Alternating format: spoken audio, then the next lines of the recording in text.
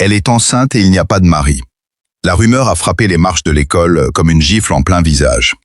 Adeline Sterling est restée figée dans l'encadrement de la porte, la craie toujours à la main, tandis que 30 pères d'yeux d'enfants regardaient le monde de leur institutrice s'effondrer en direct. Elle n'avait rien fait de mal. Mais dans la vallée de Pine Valley, en cet automne de 1878, la vérité comptait beaucoup moins que l'histoire que les gens choisissaient de croire. Si vous avez déjà été jugé injustement, cette histoire vous parlera. Abonnez-vous à notre chaîne, suivez ce récit jusqu'au bout et laissez un commentaire pour nous dire de quelle ville vous nous regardez. Je veux voir jusqu'où cette histoire va voyager. La craie est tombée sur le plancher avant qu'Adeline ne réalise que ses doigts étaient devenus engourdis. Elle était arrivée à l'école à son heure habituelle, 20 minutes avant la cloche, assez tôt pour écrire la leçon du matin au tableau et ranger les livres de lecture dans l'ordre qu'elle affectionnait. Elle aimait ces minutes de calme avant l'arrivée des enfants. C'était le seul moment de la journée qui lui appartenait entièrement. Le feu dans le poêle ventru, l'odeur de la fumée de bois et du vieux papier, le bruit de ses propres pas sur le plancher en bois. Des choses simples, des repères stables. Elle n'avait aucune raison de s'attendre à ce que ce matin-là soit différent des 100 matins qui l'avaient précédé. Mais en poussant la porte, elle avait entendu des voix à l'intérieur. Pas des voix d'enfants, des voix de femmes. 3 d'entre elles se tenaient près de la dernière rangée de pupitres, les têtes rapprochées, parlant de cette façon étouffée et urgente que les femmes de Pine Valley adoptaient lorsque la nouvelle était soit trop belle, soit trop destructrice pour être dite à haute voix. Adeline en reconnut immédiatement 2. Beatrice Mills, l'épouse du commissaire Otter, et Sarah Malone, dont le mari tenait l'épicerie générale et dont les oreilles constituaient le système de diffusion le plus fiable de toute la vallée. La 3e femme tournait le dos.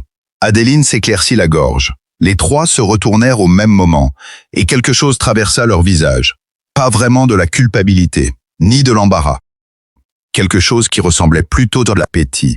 Cette expression particulière des gens qui attendent le moment de voir un drame se dérouler. « Mademoiselle Sterling », a dit Béatrice d'une voix parfaitement aimable. C'était ce qu'il y avait de plus effrayant. Nous étions juste, nous sommes venus vous parler de ce que Adeline posa son sacoche sur le bureau. L'école ne commence pas avant 20 minutes. Il ne s'agit pas de l'école, ma chère. La 3e femme s'est retournée. Marthe Sullivan. Adeline garda le visage impassible. C'était une leçon apprise des années plus tôt dans une maison avec un père qui buvait et une mère qui ne disait rien. On apprenait très tôt que laisser son visage réagir revenait à tendre une arme aux autres. Alors elle garda les traits figés et regarda Marthe Sullivan de la même manière qu'elle aurait regardé un problème mal résolu au tableau noir. Calmement, prudemment, sans laisser deviner qu'elle savait déjà que c'était faux. « Madame Sullivan, a dit Adeline, je ne vous attendais pas. »« Non, a répliqué Marthe, je m'en doute. » Marthe Sullivan avait 51 ans, les cheveux gris de l'firé si fermement en arrière que cela semblait douloureux, et cette bouche perpétuellement baissée au coin qui suggérait qu'elle avait pris la décision, vers sa 30e année, d'arrêter de faire semblant d'apprécier ce qu'elle n'aimait pas. Elle était l'épouse de Henry Sullivan, propriétaire du plus grand magasin de négoce de la vallée, membre du conseil municipal et coutumier, du fait de rappeler ces 2 réalités dès qu'il le pouvait. Ils avaient un fils unique, Samuel, 27 ans, aux mains douces, habitué à obtenir tout ce qu'il demandait. Adeline avait rejeté Samuel Sullivan 11 mois auparavant. Elle l'avait fait calmement, en privé, avec toute la bienveillance possible, comprenant que les hommes comme Samuel, à qui on n'avait jamais dit non, n'entendaient pas le mot la première fois. Elle lui avait dit qu'elle n'était pas intéressée par le mariage, qu'elle tenait à son travail et qu'elle espérait qu'il trouverait quelqu'un qui lui correspondrait mieux. Il l'avait mal pris. Il lui avait affirmé qu'elle le regretterait. Adeline avait cru l'affaire close. Elle s'était trompée. « Nous avons entendu des choses troublantes », a repris Béatrice, s'avançant légèrement comme pour répéter sa position à votre sujet, mademoiselle Sterling. À propos de votre état, Adeline l'a regardé. « Mon quoi ?»« Les enfants » a enchaîné Sarah Malone. La douceur de sa voix était presque pire que la cruauté. « Nous devons penser aux enfants. J'enseigne aux enfants », a répliqué Adeline. « J'y pense tous les jours, plus que la plupart des gens dans cette pièce, j'en ai bien peur. » Mademoiselle Sterling. La voix de Marthe a tranché net, pareil à une lame dans du tissu. Une rumeur se propage dans cette ville. Une rumeur sérieuse et avant qu'elle ne prenne plus d'ampleur, je crois que vous devriez y répondre. Quelle rumeur, Madame Sullivan? Le menton de Marthe s'est levé. que vous attendez un enfant. La pièce est devenue silencieuse. Adeline a entendu le feu crépiter dans le poêle. Elle a perçu le bruit d'un cheval dans la rue au dehors. Elle a contrôlé sa propre respiration, la voulant régulière et délibérée parce qu'elle s'y forçait. « C'est faux », a-t-elle dit avec soin. « Les gens disent que... Je me moque de ce que disent les gens. » Elle a senti l'âpreté percer dans sa voix et l'a adoucie, non par peur, mais parce qu'elle refusait d'offrir à Marthe Sullivan la satisfaction de la voir perdre le contrôle. Ce que disent les gens est faux. Je n'attends pas d'enfant. Je n'ai jamais attendu d'enfant. Je suis une femme célibataire qui enseigne à l'école, vit seule et n'a absolument rien fait pour mériter un tel commérage. Béatrice et Sarah ont échangé un regard. Ce regard a tout dit à Adeline. L'histoire était déjà dehors. Quoi qu'elle dise dans cette pièce, qu'elle nie, explique ou défende, cela n'avait plus d'importance. L'histoire était déjà dans la rue. Elle voyageait déjà de bouche en bouche, tel le feu dans les Hautes-Herbes, rapide, vorace, totalement indifférente à ce qu'elle détruisait. « Je pense, a repris Marthe lentement, qu'il vaudrait mieux pour tout le monde que vous preniez un congé de l'école, juste jusqu'à ce que l'affaire soit réglée. »« L'affaire » a répété Adeline. « Les rumeurs ?» Dorothea a clarifié d'un petit sourire triste qu'Adeline aurait voulu effacer d'une claque. Pour le bien des parents, pour les enfants. « Je suis innocente, a affirmé Adeline, chaque mot séparé et dur comme une pierre. Je n'ai commis aucune faute. Bien sûr, a dit Sarah en hâte. Bien sûr, ma chère. Personne ne dit que vous... Elle s'est tue, ce qui en disait bien plus long que ses paroles. Adeline les a observées toutes les trois. Elle s'attarda le plus longtemps sur Marthe Sullivan, comprenant avec une certitude glaciale que cela n'avait rien à voir avec les enfants, ni avec la moralité ou l'école, ni même avec le sens des convenances de la ville. C'était la vengeance de Samuel Sullivan, livrée par la bouche de sa mère, habillée en préoccupation vertueuse. « Je vais parler au conseil d'établissement », a dit Adeline. « Ce ne sera pas nécessaire », a répliqué Marthe. Henri leur a déjà parlé. Adeline s'est figée. Henri Sullivan, l'homme qui siégeait au comité scolaire, qui contrôlait le budget finançant son salaire, qui avait passé 20 ans à apprendre quel levier actionner à Pine Valley et à les tirer sans que personne ne voie ses mains bouger. Il leur a déjà parlé, a répété Adeline. Ils conviennent que c'est préférable. Marthe a ramassé ses gants sur le bureau où elle les avait posés, un geste si calculé, si dépourvu de précipitation qu'il tenait de la démonstration. J'ai déjà gagné. Je vous laisse simplement regarder. Vous pouvez rassembler vos affaires. Nous trouverons quelqu'un pour assurer la classe pour le reste de la semaine. Adeline n'a pas bougé pendant un long moment.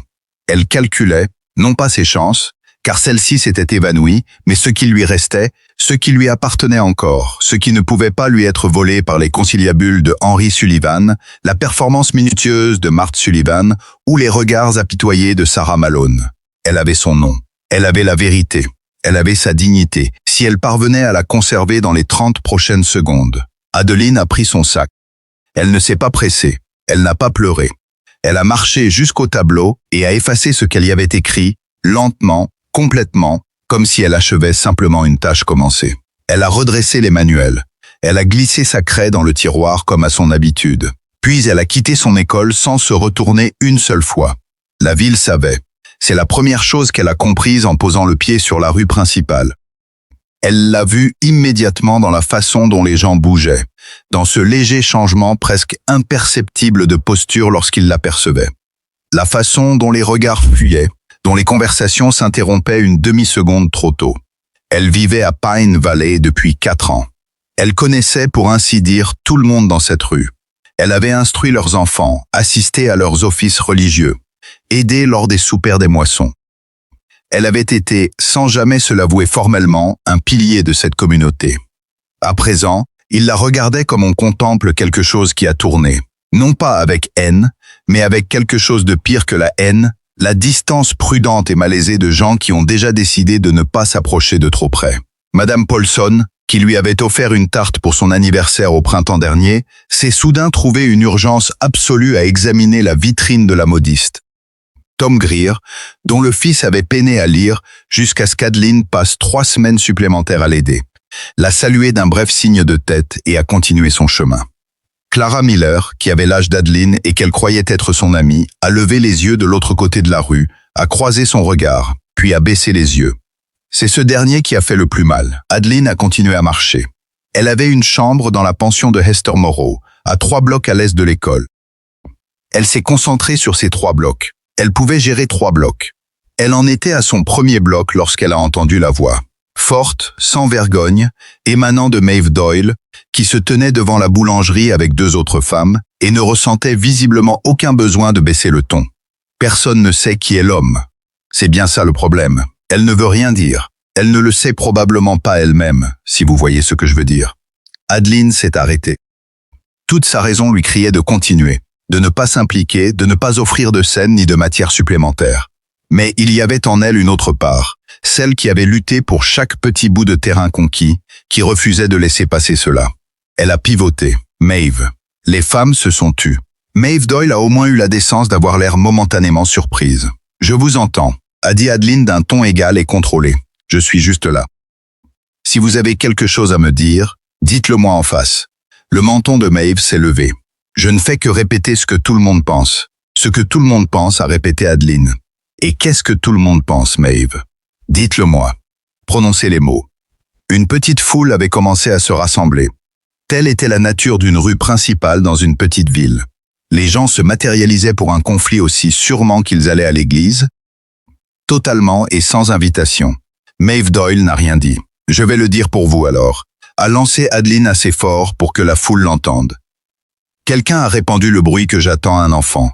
Ce bruit est un mensonge. Je ne porte l'enfant de personne. Je n'ai rien fait de mal. Et la personne qui a inventé cette histoire l'a fait parce qu'elle voulait détruire ce que j'ai mis 4 ans à bâtir, tout simplement parce que son fils n'a pas supporté que je lui dise non. Elle voyait les gens échanger des regards, analyser, juger. Elle voyait aussi que cela ne changeait rien. La mécanique d'une rumeur était simple et brutale. Une fois qu'on y croyait, le démenti devenait une autre version de l'histoire. La femme prétendument enceinte qui refusait de l'admettre, celle qui mentait ou celle qui disait la vérité. Dans les 2 cas, elle restait celle dont la ville parlait. Il n'y avait pas d'issue à cette position, ni par l'argumentation, ni par la preuve, ni par quoi que ce soit qu'elle pût dire ou faire dans cette rue. Elle l'avait su au fond d'elle-même dès l'instant où elle avait quitté l'école. Elle n'était tout simplement pas prête à le ressentir. Elle l'était maintenant. Le poids de tout cela s'est abattu d'un seul coup. Le travail conquis en 4 ans, volatilisé en 1 heure. Les amitiés, la confiance, la réputation patiemment tissée dans une bourgade qui n'avait pourtant pas d'obligation de l'accueillir et qui l'avait fait. Et maintenant, Adeline a gardé le visage immobile. Elle s'est détournée de Maeve Doyle et du groupe pour constater que la foule avait grossi à son insu. Elle se tenait au milieu de la rue principale, des gens des 2 côtés, et le poids de tous ses regards était devenu physique, une pression tangible. C'est ça, filer, a lancé quelqu'un dans la cohue. Elle n'a pas su qui. Elle n'a pas cherché à savoir. Elle ne peut même pas nier correctement. Venue de nulle part, personne ne connaissait sa famille. Et les pauvres enfants obligés de Adeline s'est immobilisés. Non par peur, non par capitulation, mais parce qu'elle a compris d'un coup qu'elle n'avait nulle part où aller.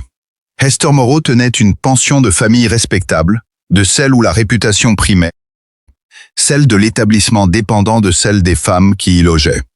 Adeline connaissait Esther depuis 4 ans. Elle l'appréciait, elle la croyait bienveillante. Mais elle savait déjà, avec cette certitude viscérale propre aux anciens indigents, qu'au moment d'arriver à la pension, Esther serait déjà au courant. Et Esther, femme décimée par la décence plutôt que par la cruauté, songerait à ses autres pensionnaires, au qu'en dirait-on, aux décisions qu'une logeuse respectable se devait de prendre. Elle n'avait pas de famille dans la vallée. Ses plus proches parents étaient un cousin au Kansas à qui elle n'avait pas adressé la parole depuis 3 ans. Elle n'avait pas d'argent au-delà de son dernier salaire scolaire et l'école venait de la congédier. Pas de mari, pas de propriété, aucune protection juridique d'aucune sorte.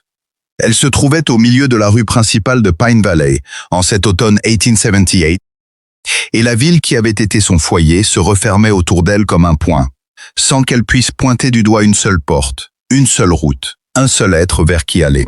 La foule était devenue étrangement silencieuse. Adeline réalisa peu à peu qu'on ne la regardait plus. On regardait derrière elle. Elle l'a entendu avant de le comprendre. Le bruit lent et mesuré d'un cheval avançant dans une foule qui s'écartait d'elle-même. Non par ordre, mais parce que le rythme de ses sabots communiquait sans mots que s'écarter était la seule option sensée. Elle s'est retournée. Un homme était assis sur un cheval sombre au bord de la route. Elle l'a détaillé par fragments. Des épaules carrées, un manteau ouvert malgré le froid, cette immobilité propre à celui qui a décidé avant d'arriver précisément de ce qu'il allait faire. Elle avait déjà vu Caleb Galloway. Tout le monde dans la vallée l'avait vu. Il traversait le bourg 2 fois par mois environ, réglait ses affaires et repartait. Il ne participait à aucune fête. Il se tenait à l'écart de la politique locale, hormis ce qu'exigeaient ses terres et ses impôts. Il était de ces hommes extrêmement riches et solitaires qui, à la manière de certains fantômes, étaient à la fois partout et nulle part, présents dans l'économie de la vallée mais absents de sa vie quotidienne. Il la fixait, puis il a balayé la foule du regard. Quand il a pris la parole, sa voix a porté sans effort. Non parce qu'il l'avait haussée, mais parce qu'elle était de cette nature que forge une vie à diriger de vastes exploitations et des hommes rudes, s'imposant naturellement dans l'espace. J'entends des rumeurs, a lancé Caleb Galloway au sujet de mademoiselle Sterling. Silence. Non pas le murmure agité qui enveloppait Adeline depuis 1 heure, mais un autre genre de silence. Celui qui s'installe quand une rue entière comprend qu'un basculement est imminent. Je veux savoir, a poursuivi Caleb qui a commencé. Personne n'a répondu. Il a laissé le silence s'installer. Il n'en avait pas l'air incommodé. Il semblait même y trouver de l'utilité. Puis il a reporté ses yeux sur Adeline. Mademoiselle Sterling. Sa voix était la même, non pas plus douce, mais différente. Ne jouant plus un rôle, s'adressant simplement à elle. Je m'excuse pour ce retard. Elle l'a dévisagé. Je vous demande pardon, j'aurais dû venir plus tôt. Il l'a dit simplement, comme un fait avéré, reconnaissant une erreur objective de jugement. Je n'avais pas réalisé que les choses en étaient arrivées là. L'esprit d'Adeline turbinait pour comprendre ce qui se passait, ce qu'il signifiait, pourquoi Caleb Galloway la regardait avec l'expression mesurée d'un homme qui venait de trancher. Il s'est tourné de nouveau vers la foule. Si mademoiselle Sterling porte un enfant, a déclaré haut et fort Caleb Galloway, alors il est de moi. Le silence qui a suivi fut d'une nature qu'Adeline n'avait encore jamais vécue. Ce n'était pas celui d'une pièce encaissant une mauvaise nouvelle, mais celui d'une rue entière essayant de recalibrer tout ce qu'elle croyait comprendre. Caleb Galloway, qui ne venait jamais au rassemblement de l'église, qui maintenait son ranch à distance et qui, autant que le sut quiconque à Pine Valley, n'avait manifesté aucun intérêt pour une femme depuis la mort de sa femme 4 ans plus tôt. Ce même Caleb Galloway affirmait publiquement, au milieu de la rue principale, qu'il était qu'entre Adeline et lui. Maeve Doyle a poussé un son qui n'était pas tout à fait un mot. Quelqu'un d'autre a murmuré Seigneur. Adeline a levé les yeux vers Caleb sur sa monture et a prononcé d'une voix assez basse pour que lui seul l'entende. Qu'est-ce que vous êtes en train de faire? Il a baissé les yeux vers elle. Ce qu'il fallait faire. Il a fallu 20 minutes pour que la foule se disperse. Non pas que les gens le désiraient. Il mourait d'envie de rester, d'observer, d'entreapercevoir la suite de ce rebondissement extraordinaire. Mais Caleb Galloway possédait ce talent de signifier sans mot dire qu'une situation était close et que tout spectateur persistant franchissait désormais les limites de la décence. Les gens l'ont senti et ont bougé. Adeline est restée seule sur la chaussée avec un homme auquel elle avait adressé au plus 40 mots en 4 ans et qui venait de mettre en jeu sa réputation considérable sur un mensonge destiné à sauver la sienne. « Il va falloir m'expliquer ce que vous croyez avoir fait », a-t-elle lâché. « Je crois que j'ai donné à la ville un sujet de conversation plus vaste », a répondu Caleb. Il avait mis pied à terre et tenait les rênes de son cheval de la main gauche, la regardant avec cette expression indéchiffrable, ni neutre ni expressive, mais strictement maîtrisée. Quand une rumeur n'a pas de nom rattaché, elle prolifère. Donnez-lui un nom précis, et elle devient une toute autre histoire, une histoire que les gens peuvent gérer. Ils vont ils vont penser que je sais ce qu'ils vont penser. Et cela ne vous gêne pas? Je tiens à ce que vous puissiez continuer à vivre dans cette vallée, a-t-il répliqué. Ce qui ne serait plus le cas si nous en étions restés là où nous en étions il y a 10 minutes. Adeline l'a jaugé, vous ne me connaissez pas. Quelque chose a traversé son visage. Pas de la blessure. Quelque chose de plus ancien. Non, c'est vrai, a-t-il admis. Mais je sais ce que j'ai vu sur cette rue aujourd'hui, et je sais où cela mène. Il a marqué une pause. Venez au ranch. Nous pourrons discuter correctement. En ce moment, vous êtes planté au beau milieu de la rue principale, tout le monde guette par la moindre fenêtre, et aucune conversation constructive ne sortira d'ici. Elle s'est interrompue. Je n'ai nulle part où aller, a-t-elle fini par admettre. Ces mots lui ont arraché quelque chose. Elle en mesurait le coût. Esther Moreau a déjà dû l'apprendre. Si elle n'a pas encore pris sa décision, elle y réfléchit. Caleb a opiné. Alors venez. Je n'ai rien accepté, a prévenu Adeline. Venir à votre ranch ne veut pas dire que j'accepte quoi que ce soit. Je le sais, a-t-il dit. Je prends mes propres décisions. Je sais cela aussi, a-t-elle répliqué. Et la façon dont il l'a dit, sans chercher à l'amadouer, sans simuler la patience, mais en constatant simplement un fait, a emporté sa décision. Adeline Sterling a pris une inspiration, a redressé les épaules et s'est dirigée vers la monture de Caleb Galloway. Ils n'ont pas prononcé un mot pendant le premier mile hors de la ville. Caleb chevauchait en tête sans la presser. Le silence entre eux n'était pas confortable, mais il n'était pas hostile non plus. C'était le silence de deux personnes traversant un séisme et cherchant chacune de leur côté à en comprendre la portée. Adeline songeait à la mine de Marthe Sullivan lorsque Caleb avait parlé. Marthe figurait dans la foule. Adeline l'avait repérée au premier rang, car évidemment, Marthe était là. Elle était venue assister au spectacle qu'elle avait mis en scène et en voir l'apothéose. Adeline voulait graver en elle l'expression de Marthe au moment où Caleb Galloway avait revendiqué l'enfant. Ça avait été, pour une seule fraction de seconde, le visage d'une femme comprenant que son plan parfait s'enrayait. Adeline s'y est accrochée. « Puis-je vous demander quelque chose ?» a-t-elle fini par lancer. « Allez-y, pourquoi ?» Elle a hésité, pesant chaque mot car les versions de cette question étaient nombreuses. « Non pas. Je comprends la logique de votre geste vis-à-vis de la ville, mais pourquoi risquer quoi que ce soit pour moi ? Je ne vous ai rien donné qui le justifie. » Caleb est resté silencieux un instant. « J'avais une sœur, a-t-il raconté, plus jeune. Elle s'appelait May. Adeline a attendu. Elle avait 25 ans quand une rumeur a traversé la ville où nous vivions avant d'arriver ici. Mauvais endroit, mauvais moment, gens désœuvrés dotés de trop de temps pour s'occuper de la vie des autres. Ce n'était même pas une histoire compliquée, rien d'aussi élaboré que ce que la femme de Sullivan a orchestré aujourd'hui. Juste un simple mensonge, prétendant qu'on avait vu Ma sortir de la maison d'un certain homme à une certaine heure. Il s'est tu, semblant jauger la quantité de mots à livrer. Elle n'avait rien fait de mal.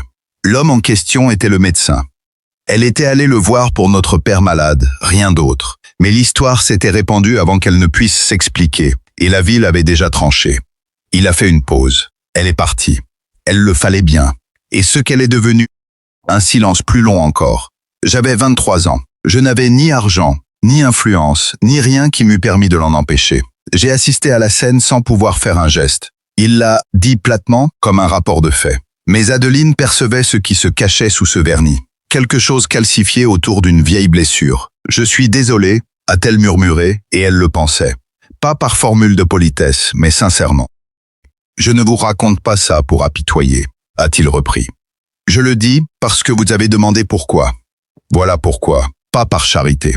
Pas parce que je pense que vous ne pouvez pas vous défendre. Je vous ai regardé vous défendre là-bas, et vous l'avez fait mieux que la plupart des gens que j'ai vus dans ces situations. » Il a jeté un œil vers elle. J'avais simplement les moyens d'y mettre un terme, et je refusais de rester les bras croisés une seconde fois, alors que je pouvais l'arrêter. Adeline a médité cela longuement. « Que se passe-t-il maintenant ?» a-t-elle demandé. « Cela dépend de vous », a-t-il répondu. « Vous avez dit que nous pourrions parler au ranch. C'est le cas. Il a fixé la route devant eux. J'ai une proposition à vous faire. Je préfère qu'on la discute là où nous ne sommes pas au milieu du chemin. »« D'accord », a dit Adeline. Le ranch a surgi devant eux. Et malgré l'état dans lequel elle se trouvait, malgré le poids écrasant des derniers événements, Adeline a senti quelque chose se détendre dans sa poitrine à cette vue. C'était immense. Pas de manière ostentatoire, pas ce genre de richesse clinquante qui s'annonce d'elle-même, mais un endroit qui communiquait par sa seule échelle et les traces de décennies de travail acharné qu'un édifice solide avait été dressé ici, conçu pour durer. Elle avait passé la majeure partie de sa vie adulte dans des chambres louées et des installations précaires, toujours dans la position inconfortable d'une femme dont la sécurité tenait à un salaire révocable. Un propriétaire qui pouvait changer d'avis, une communauté dont la bienveillance n'était jamais acquise. Elle s'était toujours interdit de désirer quelque chose de durable, car le convoiter sans l'atteindre était pire que de ne rien espérer. Elle a contemplé le ranch. Elle a gardé le visage impassible, mais une parcelle d'elle-même qui s'était contractée s'est relâchée juste un peu avant qu'elle ne puisse l'en empêcher. Ils ont franchi le portail, alors que le soleil d'automne amorçait sa longue descente vers les montagnes, et Adeline Sterling s'est dit « Quoi qu'il propose, quoi que tout cela cache, je l'écouterai, et ensuite, je déciderai pour moi-même. » C'était la seule chose que ce matin ne lui avait pas volé, le droit de choisir. Et elle comptait bien le garder. Le feu crépitait dans la pièce principale du ranch de Galloway lorsqu'ils sont entrés pour fuir le froid. Caleb Galloway a prononcé ces mots. « Asseyez-vous si vous le souhaitez. » Et Adeline Sterling s'est assise, fixant l'homme qui venait de bouleverser leurs deux vies sur une rue principale devant toute une ville, attendant d'entendre ce qu'il avait à lui dire. De toute façon, quelle que soit la suite des événements, elle comptait bien y faire face de la même manière qu'elle avait toujours affronté l'inattendu, lucide, bien ancrée sur ses deux pieds et prête à batailler pour chaque parcelle de terrain qu'elle entendait préserver. Caleb Galloway ne s'assit pas immédiatement.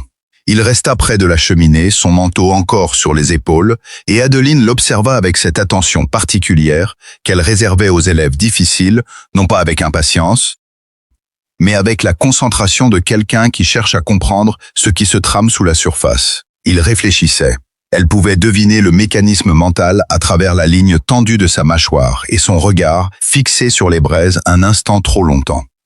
Elle avait fréquenté assez de pièces difficiles et de gens compliqués pour savoir reconnaître le moment précis où quelqu'un pèse le degré d'honnêteté qu'il peut s'autoriser. « Dites-le-moi clairement », lâcha-t-elle. « Quoi que ce soit. » Il tourna les yeux vers elle. « Très bien, » dit-il. « Clairement, alors. » Il retira enfin son manteau pour le poser sur le dossier de la chaise la plus proche, sans pour autant s'asseoir. « La ville entière est persuadée que vous attendez un enfant de moi.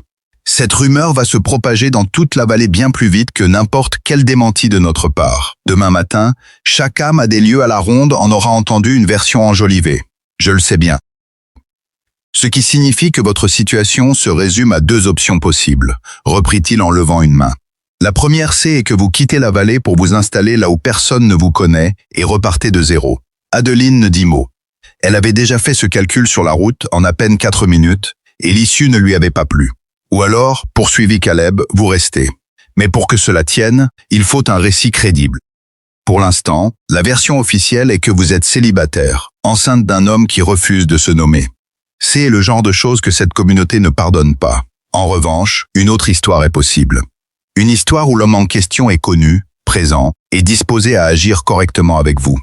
Ça, c'est une version que la ville peut accepter. Adeline demeura parfaitement immobile. Vous parlez de mariage ? Je parle d'une façade institutionnelle, rétorqua Caleb, qui vous protégera sur le plan légal et social d'une manière qu'aucune autre alternative dans ce territoire ne peut vous offrir pour l'instant. Elle l'étudia en silence. Y a-t-il une différence entre l'apparence et la réalité des choses ? Il croisa son regard. Pour ce qui est de ce que je propose, oui. Je ne cherche pas, je ne vous demande pas. Il s'interrompit, cherchant ses mots. Reprenons. Vous auriez votre propre chambre, votre propre argent, votre totale autonomie de décision. Je ne cherche pas à recruter une gouvernante, ni à régenter votre existence. Alors que cherchez-vous ? Demanda Adeline. Parce que je suis assise ici à essayer de comprendre ce que vous y gagnez, monsieur Galloway. Vous êtes un homme riche, votre ranch tourne tout seul, et votre réputation n'a pas besoin de moi pour être sauvée. Qu'est-ce qui pousse un homme comme vous à s'immiscer dans une bagarre de rue qui ne le regarde pas et à brûler sa propre crédibilité sur un mensonge pour une femme qu'il connaît à peine ? Quelque chose changea dans son expression. Ce n'était pas de la défensive, mais plutôt l'air de quelqu'un à qui l'on pose une question à laquelle il n'était pas prêt à répondre en toute franchise. « Je vous ai parlé de May, dit-il. C'est vrai, et je vous crois, mais cela explique l'élan sur la place publique. Ça n'explique pas tout ceci. » Elle désigna d'un geste la pièce, la maison, le ranch, la proposition entière. C'est bien plus qu'une simple impulsion. Caleb finit par s'asseoir. Il prit place sur la chaise en face d'elle, et, pour la première fois depuis l'incident de la rue, il eut l'air d'un homme qui n'était plus tout à fait certain de ce qu'il faisait. « Je dirige ce ranch tout seul depuis 6 ans, confia-t-il. Depuis la mort de Rose. Elle en avait entendu parler. La vallée chuchotait encore à ce sujet. Elle savait qui était Rose Galloway, emportée par la fièvre pendant l'hiver 1872, et que Caleb n'avait apparemment jamais cessé de pleurer. Du moins pas de manière apparente. 6 ans, c'est long pour vivre seul, observa Adeline. Je ne dis pas ça pour apitoyer, coupa-t-il sèchement. Je réponds simplement à votre question directe avec honnêteté. Le ranch est prospère, le travail est fait, il n'y a pas de problème pratique. Il baissa les yeux vers ses mains un instant. Mais il y a une différence entre une maison qui fonctionne et un foyer qui abrite quelque chose de vivant. Adeline le fixa. Vous êtes seul. Il ne recula pas. Oui. C'est la chose la plus honnête qu'on médite de toute la journée, reconnut-elle sincèrement. Caleb releva la tête. Je ne vous demande pas de régler ça, je tiens à être clair. Je ne vous demande pas de meubler ma maison vide pour me faire plaisir. Ce que je vous offre, c'est un arrangement juridique qui vous met à l'abri dans une région où une femme sans protection a si peu d'options. Une chambre qui sera à vous, un salaire. Un salaire, répéta Adeline. Vous auriez un travail. La gestion des comptes de la maison, au minimum, cela vous convient, et j'aimerais. Il hésita. J'ai l'intention de bâtir une école sur les terres pour les enfants des ouvriers agricoles. Certains ont 3 ou 4 petits qui n'ont aucune instruction. Si vous acceptiez d'enseigner, vous voulez construire une école, constata Adeline. Je veux vous offrir une raison de rester qui ne se limite pas à la simple survie, répondit-il. Je veux vous offrir quelque chose qui vaille la peine de rester. Le feu crépitait entre eux. Adeline gardait les mains jointes sur ses genoux, songeant à l'école qu'elle avait quittée ce matin-là, aux craies qu'elle avait laissées dans un tiroir, aux enfants auxquels elle n'avait pas eu le temps de dire au revoir tant tout était allé trop vite. Elle repensa au visage de Clara Miller, puis aux mains gantées de Martha Sullivan ramassant ses affaires sur le bureau, à cette mise en scène, à cette certitude implacable. Cet arrangement, dit Adeline, qui est au courant? Personne, assura Caleb. Et ça restera ainsi aussi longtemps que vous le souhaiterez. Si dans 1 an, 2 ans, ou le temps qu'il faudra, vous décidez de partir, vous partirez. Je vous verserai une somme suffisante pour vous installer où bon vous semblera et recommencer sur de bonnes bases. Il prononça ces mots sans emphase, sans théâtralisation généreuse, exactement comme un homme égrenant les clauses d'un contrat. Je ne vous demande pas de sacrifier votre avenir. Je vous demande de me laisser vous acheter du temps pour découvrir ce que vous voulez vraiment faire de votre vie. Adeline garda le silence un long moment. Je veux y réfléchir, lâcha-t-elle enfin. Bien sûr. Et je veux clarifier certains points avant de vous donner une réponse définitive. Exposez-les. Le salaire est bien réel, insista-t-elle. Pas une simple allocation, pas de la tolérance. Une paie que je contrôle, que je peux économiser et qui m'appartient, accordée. L'école sera construite, pas seulement promise. Je refuse d'enseigner dans un abri à outils avec 3 livres et un bout de craie cassé. L'embauche d'un sourire traversa brièvement le visage de l'homme. Accordé. Et si je décide de partir, s'arrêta-t-elle. Vous avez parlé d'une indemnité. Je veux que ce soit couché par écrit. Non pas que je doute de votre parole, mais j'ai assez vécu pour savoir que la promesse des gens devient vite encombrante quand les circonstances changent. Caleb la contempla un instant. Vous avez déjà été déçu, n'est-ce pas? La plupart des gens le sont un jour ou l'autre, répliqua-t-elle. Je rédigerai un acte en bonne et due forme, reprit-il, avec toutes les conditions que vous exigerez. Vous pourrez même le faire examiner par un tiers si vous le désirez. Adeline hocha lentement la tête. Puis elle ajouta, je n'ai pas encore dit oui, je le sais. Je vous propose de passer la nuit ici, dans une chambre qui sera vôtre, que vous acceptiez ou non cet arrangement, et vous me donnerez votre réponse demain matin. Elle le regarda intensément. Vous êtes un homme étrange, monsieur Galloway. On me l'a déjà dit, admit-il. Elle ne trouva pas le sommeil. Allongée dans la pièce qu'il lui avait désignée, un espace propre et silencieux qui sentait le cèdre et le temps suspendu, elle passa au crible chaque détail de sa situation avec la rigueur méthodique qu'elle appliquait à tous ses problèmes. Elle avait 24 ans. Pas d'emploi, plus de logis, une réputation brisée dans la seule bourgade à des heures à la ronde, et exactement 11 $ au fond de son sac en cuir. Elle avait bien une cousine dans le Kansas, mais elle ne lui avait pas écrit depuis 3 ans, la dernière missive ayant clairement fait comprendre, avec une politesse glaciale, que le sort d'Adeline n'intéressait guère sa famille.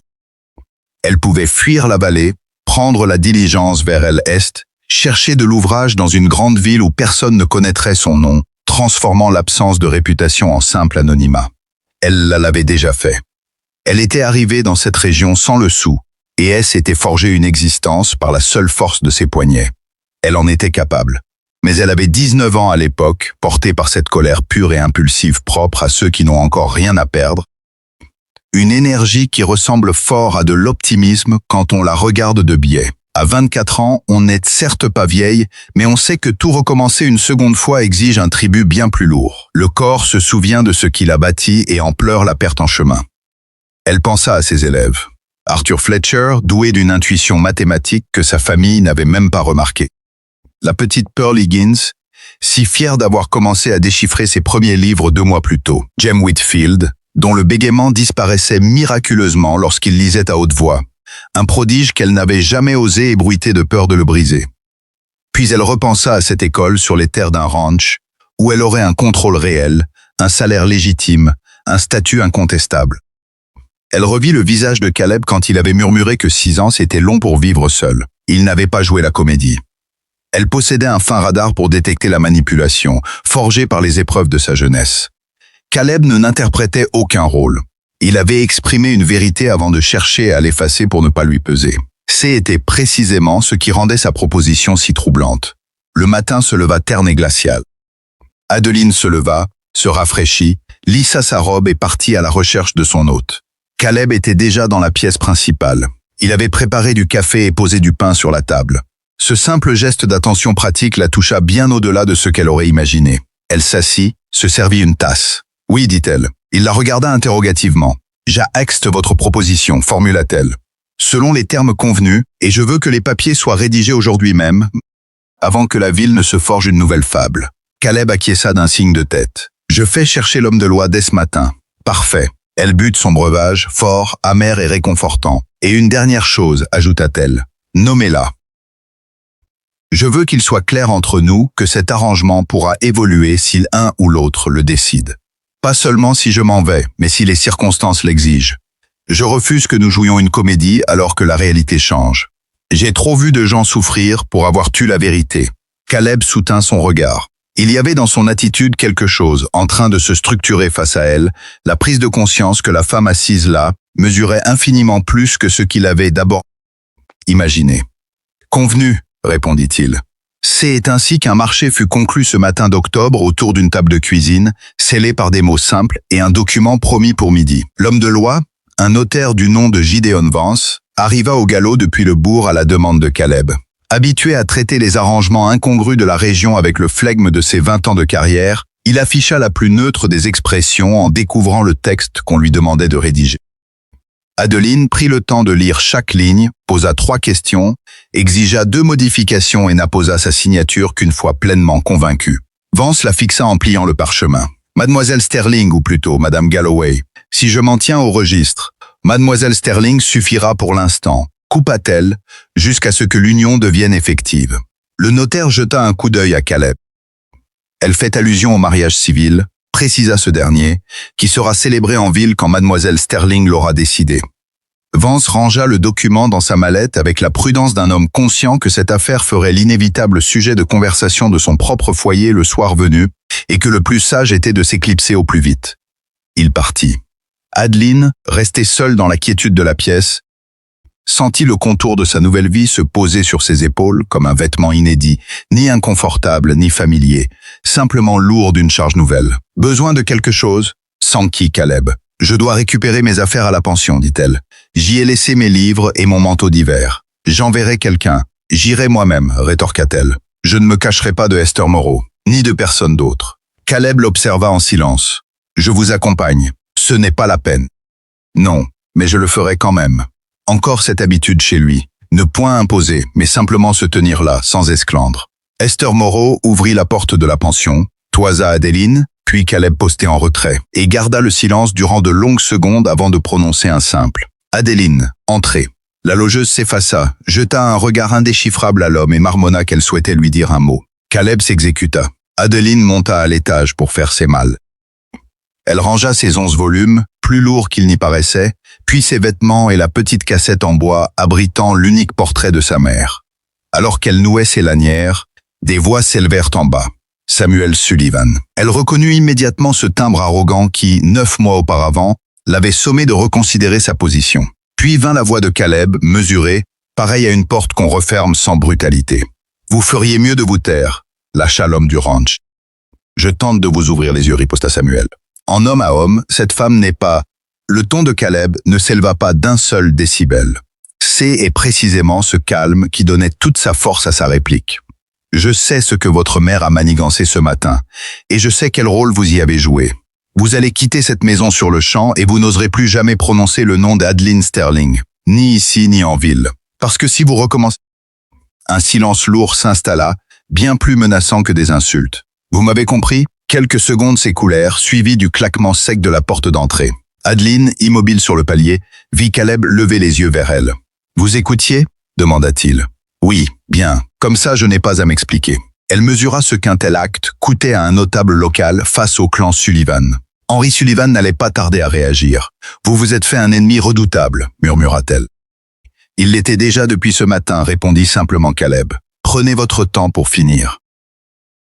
Le trajet du retour vers le ranch parut bien différent de l'aller. Si la matinée n'avait été que stupeur et calcul de survie, l'air charriait désormais les prémices d'un équilibre, aussi fragile fut-il. Esther vous a dit quelque chose, devina Adeline en chemin. Caleb esquissa un sourire. Elle a affirmé que vous étiez la meilleure pensionnaire qu'elle ait logée en 15 ans et qu'elle regrettait de n'avoir pu faire davantage. Vraiment? Et elle a ajouté. Il marqua une pause, que si je ne me comportais pas correctement avec vous, elle me rendrait l'existence impossible de manière tout à fait imprévisible. Un rire étouffé secoua Adeline. Esther a le sens de la formule. C est une femme redoutable, reconnut Caleb. Elle le sentit envahi d'une gratitude tiède, surprise de voir qu'un nombre suffisant de personnes pouvait encore faire honneur à l'humanité. Ils progressèrent un moment en silence, puis Caleb reprit « Il faut que je vous parle de mon contremaître, Buck Hawkins. 12 ans de maison. Fidèle, compétent, mais il a ses idées arrêtées sur la direction du ranch et sur la place des femmes en position d'autorité. Il verra cet arrangement d'un fort mauvais œil. Il l'ignore encore, mais il le sait déjà, rectifia Adeline. Il a dû la prendre en ville. Il est venu me trouver ce matin à la pension, confirma Caleb. Il croyait me protéger d'une erreur. Est-ce qu'il va nous compliquer la tâche? Buck n'est pas un homme mauvais, c'est juste un esprit rigide qui a passé sa vie à penser détenir la seule vérité. Il finira par changer d'avis quand il en aura la preuve. Si cela vous importe, je ne cherche pas la bagarre sur vos terres, coupa Adeline, mais je ne compte pas non plus me ratatiner pour lui plaire. Je ne vous le demande pas. Assurez-vous qu'il le comprenne, exigez-le. Je préfère crever l'abcès dès la première semaine plutôt que d'esquiver des coups bas pendant des mois. Caleb la toisa à nouveau de profil, mesurant la trempe de sa nouvelle compagne. Je lui parlerai, promit-il. Parfait. Et je lui parlerai moi-même le moment venu. Buck Hawkins les attendait dans la cour au moment où ils mirent pied à terre. Âgé de 53 ans, buriné par les intempéries et doté de ce plissement perpétuel de paupières propres aux hommes qui passent leur vie face au soleil et au vent, il affichait l'aplomb de celui qui avait décidé dès l'aube d'incarner la fermeté. Il toisa Caleb puis Adeline, et enfin les ballots ficelés à sa selle, Monsieur Galloway. Buck lâcha Caleb en descendant de cheval. Nous aurons une explication ce soir. Pour l'instant, veillez à porter les bagages de Mademoiselle Sterling à l'intérieur. Un silence chargé de sous-entendus s'établit entre les deux hommes. Bien, monsieur. Buck s'exécuta sans un regard pour Adeline. Elle le regarda s'éloigner, enregistrant l'information. Ce n'était pas encore de l'hostilité ouverte, mais une ligne de démarcation qu'il lui appartenait de franchir ou non. Elle aurait le temps d'y veiller. Pour l'heure, elle s'empara de ses 11 livres, de la photo de sa mère et de son maigre pécule, pour gagner la chambre qui lui revenait désormais de droit. Elle s'accorda 10 minutes de répit pour souffler après cette journée éreintante avant de reprendre le cours de ses impératifs. Mais à peine avait-elle posé son manteau qu'un vacarme de sabots résonna dans la cour. Plusieurs cavaliers au galop. Elle se précipita à la fenêtre. 4 hommes franchissaient le portail sans y être invités. Au premier rang, le plus grand de tous, venait de ôter son chapeau. Elle reconnut Henry Sullivan, le père de Samuel, l'époux de Martha, l'homme qui siégeait au conseil d'administration de l'école et avait orchestré son éviction. Elle regarda Caleb l'accueillir avec son flegme habituel face à l'influenceur le plus redouté de la vallée, monté en personne au ranch pour solder ses comptes dès le premier jour. Enfilant de nouveau son manteau, Adeline descendit l'escalier. Quoique Henry Sullivan fût venu déverser ici, elle entendait y assister en personne. Elle l'avait bien mérité. Il la vit sortir et son expression changea imperceptiblement. Il s'attendait visiblement à ce qu'elle comprenne qu'elle devait laisser Caleb seul. Mademoiselle Sterling, dit-il avec une courtoisie irréprochable. C était là le talent particulier des Henry Sullivan. Il pouvait se montrer dévastateur tout en donnant l'impression de vous rendre service. Monsieur Sullivan, répondit Adeline. Elle s'arrêta juste à côté de Caleb, et non derrière lui, marquant une distinction subtile dont elle était persuadée que Henry Sullivan avait saisi toute la portée. Je suis venu parler à Caleb, dit Henry, ce qui signifie que vous pouvez regagner l'intérieur. Je le sais, répliqua Adeline. J'ai simplement décidé de rester. Henry tourna les yeux vers Caleb, qui ne pipait mot. Henry ajusta son chapeau d'un geste machinal. Caleb, soyons francs. Ce qui s'est passé ce matin dans la rue principale, votre déclaration publique, cela a créé une situation délicate qui demande à être réglée. La situation de ce matin, rétorqua Caleb d'une voix égale, a été créée par votre femme. Avant 7 heures du matin, un tressaillement nerveux parcourut la mâchoire d'Henry. Martha était simplement inquiète. Martha protégeait Samuel, coupa Caleb, contre les conséquences d'un refus de la part d'une femme qui avait pourtant le droit le plus strict de dire non. Les 3 autres cavaliers qui accompagnaient Henrys étaient tenus en retrait près de la barrière, et Adeline pouvait sentir toute leur attention. Ces étaient des hommes qui avaient appris par expérience que les puissants commanditaires engendraient des situations complexes et que la position la plus sûre était toujours de rester à proximité de la sortie. La voix d'Henry perdit toute chaleur. « Mon fils n'a rien à voir avec cette histoire. Votre fils y est pour absolument tout, » affirma Caleb. « C'est bien pour cela que nous sommes ici. » « Ce qui m'importe, » reprit Henry avec la souplesse rodée d'un homme passé maître depuis 40 ans dans l'art de réorienter les conversations, c'est la réputation de toute cette vallée. L'impression que Henry coupa Caleb d'une voix basse et définitive, « Dites simplement ce que vous êtes venu dire. » Un nouveau silence. Henry regarda Adeline, puis de nouveau Caleb, avant de prendre une décision évidente. Il avait fait 4000 à cheval et n'allait pas repartir sans cracher le morceau. « Je suis venu vous offrir une porte de sortie », lâcha enfin Henry. « Avant que tout cela n'aille trop loin. Vous avez fait une déclaration sous le coup de l'éruption du moment, une réaction généreuse, je le conçois. J'imagine que vous aviez de la peine pour cette femme, mais vous n'êtes pas obligé de vous y accrocher. Une simple correction réglée discrètement. Personne n'a besoin de connaître les détails. Mademoiselle Sterling touche une petite compensation financière et s'en va s'installer dans une autre ville, et l'affaire est close. »« Non », fit Caleb. Henry cligna des yeux. « Caleb ? Non », répéta Caleb. Le même mot, le même volume. Cette immobilité absolue s'avérait bien plus efficace que n'importe quelle colère. Adeline restait immobile, muette, sentant s'enclencher dans sa poitrine un mécanisme complexe et stratifié. La sensation furieuse et clarifiante d'être décrite comme un problème à balayer sous le tapis se mêlait à l'impression étrange et inédite d'assister au refus obstiné d'un homme sommé de plier. Henry la regarda. Son regard changea, sans pour autant s'adoucir.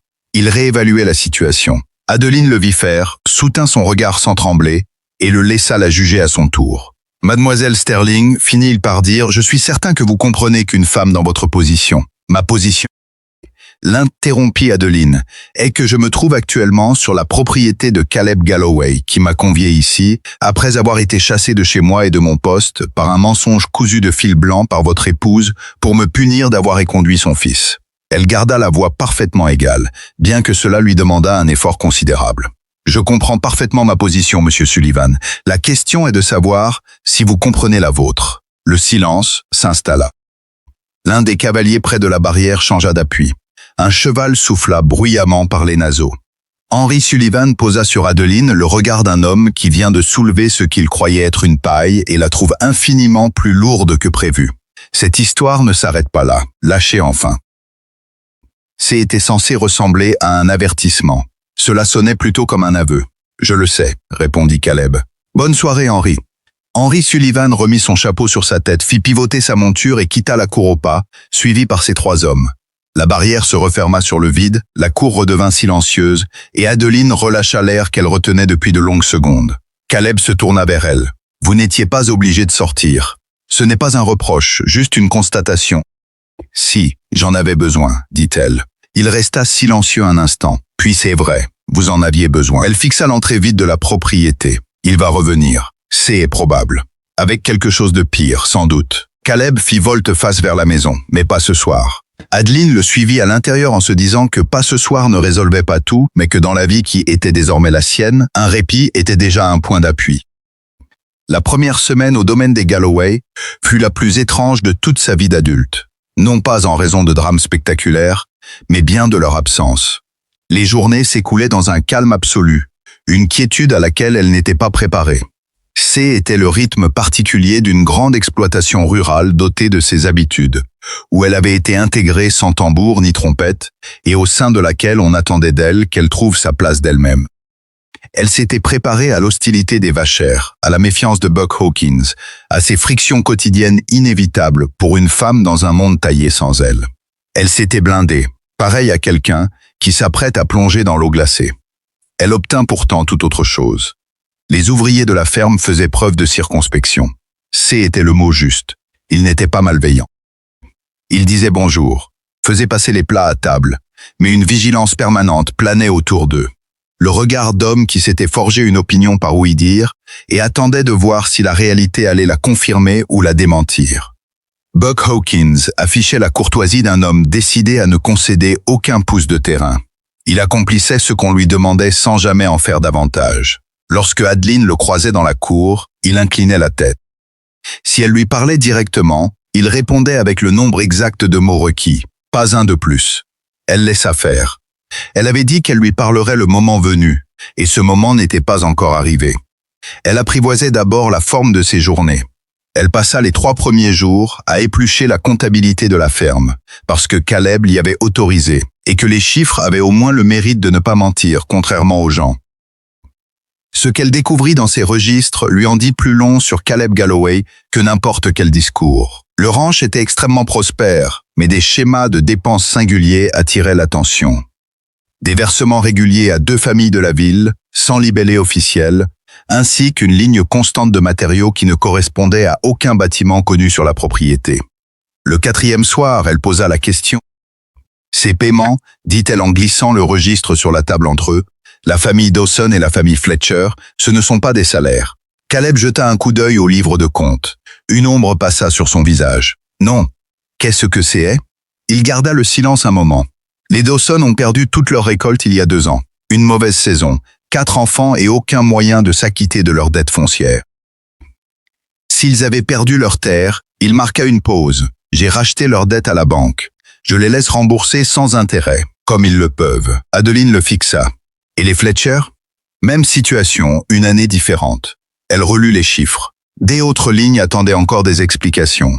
Elle commençait à soupçonner qu'elle cachait toutes des histoires semblables. Vous faites tout cela en secret, constata TL. Ni par le biais de l'Église, ni par les circuits officiels.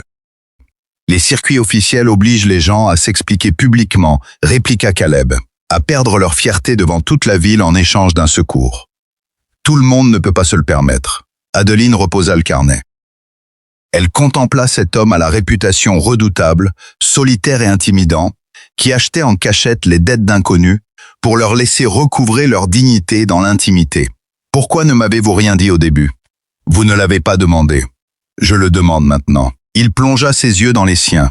Parce que je ne voulais pas que vous acceptiez cet arrangement par obligation morale envers un homme charitable. Je voulais que vous le fassiez parce que les conditions vous convenaient. Adeline rumina ses paroles, la lueur du poêle à bois, le registre ouvert sur la table, la stature de cet homme qui avait pesé sa décision bien plus qu'il ne le laissait paraître. L'école, lâcha-t-elle soudain. Quand commençons-nous? Quoi qu'il eût pu attendre d'elle, ce n'était certainement pas cela. L'école. Vous m'avez promis une école, rappela Adeline. Vous avez dit que vous la construiriez. Je veux connaître le calendrier, rencontrer les familles, parler aux enfants et évaluer le matériel nécessaire. Elle croisa les mains sur le bois. Je ne vais pas passer mon temps à gérer des comptes dans cette maison en attendant que la ville se décide sur notre sort. Je dois travailler correctement. Était l'accord. Pour la première fois depuis qu'elle le connaissait, Caleb Galloway eut l'air, sinon déstabilisé, du moins pris de court. L'expression d'un homme préparé à toutes les complications et qui se voyait soudain offrir un enthousiasme inattendu. Le bois de construction est déjà commandé, dit-il. Cette fois, ce fut à son tour d'écarquiller les yeux. Vous avez commandé le bois? Le lendemain de votre arrivée, répondit-il. Je vous avais dit que l'école serait construite. Je tenais parole. Adeline le fixa par-dessus la table et sentit quelque chose bouger en elle. Une forteresse qu'elle maintenait à distance par prudence, sachant les dangers de faire confiance à ce qui semble trop solide, trop beau pour être vrai. Elle avait payé pour l'apprendre. Le bois était pourtant déjà là. Il avait agi avant même qu'elle n'ait eu à le lui rappeler. Très bien, fit-elle d'une voix plus ferme qu'elle ne le sentait. Alors nous commençons la semaine prochaine. L'école fut érigée en 12 jours. 3 des Vacherses étaient attelés à la tâche. Ils n'étaient pas charpentiers, ce qui se voyait dans les finitions, imparfaites juste ce qu'il fallait pour donner au bâtiment une âme que n'aurait jamais eu une construction professionnelle. Adeline n'y voyait aucun inconvénient. Elle avait passé 4 années à enseigner dans une classe dotée d'une fenêtre récalcitrante et d'un plancher qui toussait chaque fois qu'un élève posait le pied dessus. Les bâtisses imparfaites étaient les siennes. Le premier matin, 7 enfants se présentèrent. Dès la 2e semaine, ils étaient 11. À la fin du mois, 14, incluant 2 têtes blondes venues de familles de la ville qui avaient su, par le canal imprécis des rumeurs du comté, que mademoiselle Sterling enseignait de nouveau. Leurs parents avaient pris la décision de les envoyer au domaine des Galloway plutôt que d'attendre que le conseil municipal daigne rouvrir la classe abandonnée. Adeline ne fit aucun commentaire. Elle enseigna. Elle fit ce qu'elle avait toujours fait. Elle observa quel élève réclamait plus d'attention en lecture, celui qui s'illuminait pour l'arithmétique, ceux qui dissimulaient la faim, la peur ou les drames domestiques derrière leurs prunelles. Elle excellait dans ce travail. Le plaisir singulier de voir un enfant saisir enfin ce qui lui échappait, ce basculement infime sur le visage, était le même ici qu'en ville. En mieux, peut-être, parce qu'elle s'était battue pour être là. Buck Hawkins observait tout cela. Elle le surprenait à guetter depuis l'autre bout de la cour, posté sur le seuil de la grange, se tenant toujours à cette distance exacte qui lui permettait de maintenir son quant à soi. Il n'était pas hostile. C'était bien pire, il suspendait son jugement, faisant comprendre que le verdict pendait encore au bout d'un fil et qu'il prenait tout son temps. Un jeudi matin, après 3 semaines passées au ranch, Adeline décida qu'elle en avait assez d'attendre que Buck Hawkins statue sur son compte. Elle le trouva dans la grange, penché sur un mécanisme, s'activant avec cette efficacité méthodique propre aux hommes qui trouvent les machines plus simples que les humains. Elle resta sur le seuil jusqu'à ce qu'il relève la tête. « Monsieur Hawkins », dit-elle. Il se redressa. « Mademoiselle Sterling, je peux vous parler ?» Un temps de battement, je suppose. Elle s'avança. Elle ne resta pas en retrait près de la porte, ce qui aurait ressemblé à une demande d'autorisation. Elle vint se placer à bonne distance et le regarda droit dans les yeux. « Vous ne me faites pas confiance. » Il ne broncha pas. Elle apprécia. « Je ne vous connais pas. »« C'est honnête, reconnut-elle. Je préfère la franchise à la politesse. » Elle croisa les bras, non par réflexe défensif, mais pour se donner une contenance. « Alors, soyons francs. Je sais ce que vous pensez. Vous croyez qu'une femme s'est attirée des ennuis ou a eu de la chance, qu'elle a atterri ici pour son plus grand profit en risquant de nuire à l'homme que vous servez fidèlement depuis 12 ans. Vous pensez que Caleb prend un risque irrationnel et vous surveillez le tableau pour voir si j'ai tort. » Buck ne dit mot. « Voici la vérité, » reprit Adeline. « Une femme a menti à mon sujet pour me punir d'avoir repoussé son fils. Caleb a vu clair dans son jeu et a réagi. L'accord que nous avons conclu nous profite à tous les deux ou à aucun de nous. Je ne suis pas là pour abuser de sa générosité. Je suis là parce que je n'avais nulle part où aller et que ses conditions étaient justes. » Elle le fixa intensément. « Je vous dis tout cela parce que je compte rester un moment et vous voir m'observer de l'autre côté de la cour comme une énigme non résolue va finir par nous fatiguer l'un et l'autre. » Buck la fixa longuement. Son expression demeurait impénétrable, celle des hommes qui ont appris à garder leurs cartes cachées. Rose dirigeait ce ranch avec lui, lâcha-t-il enfin. Adeline marqua un temps. Rose, la femme de Caleb, elle était. Buck s'interrompit pour peser ses mots.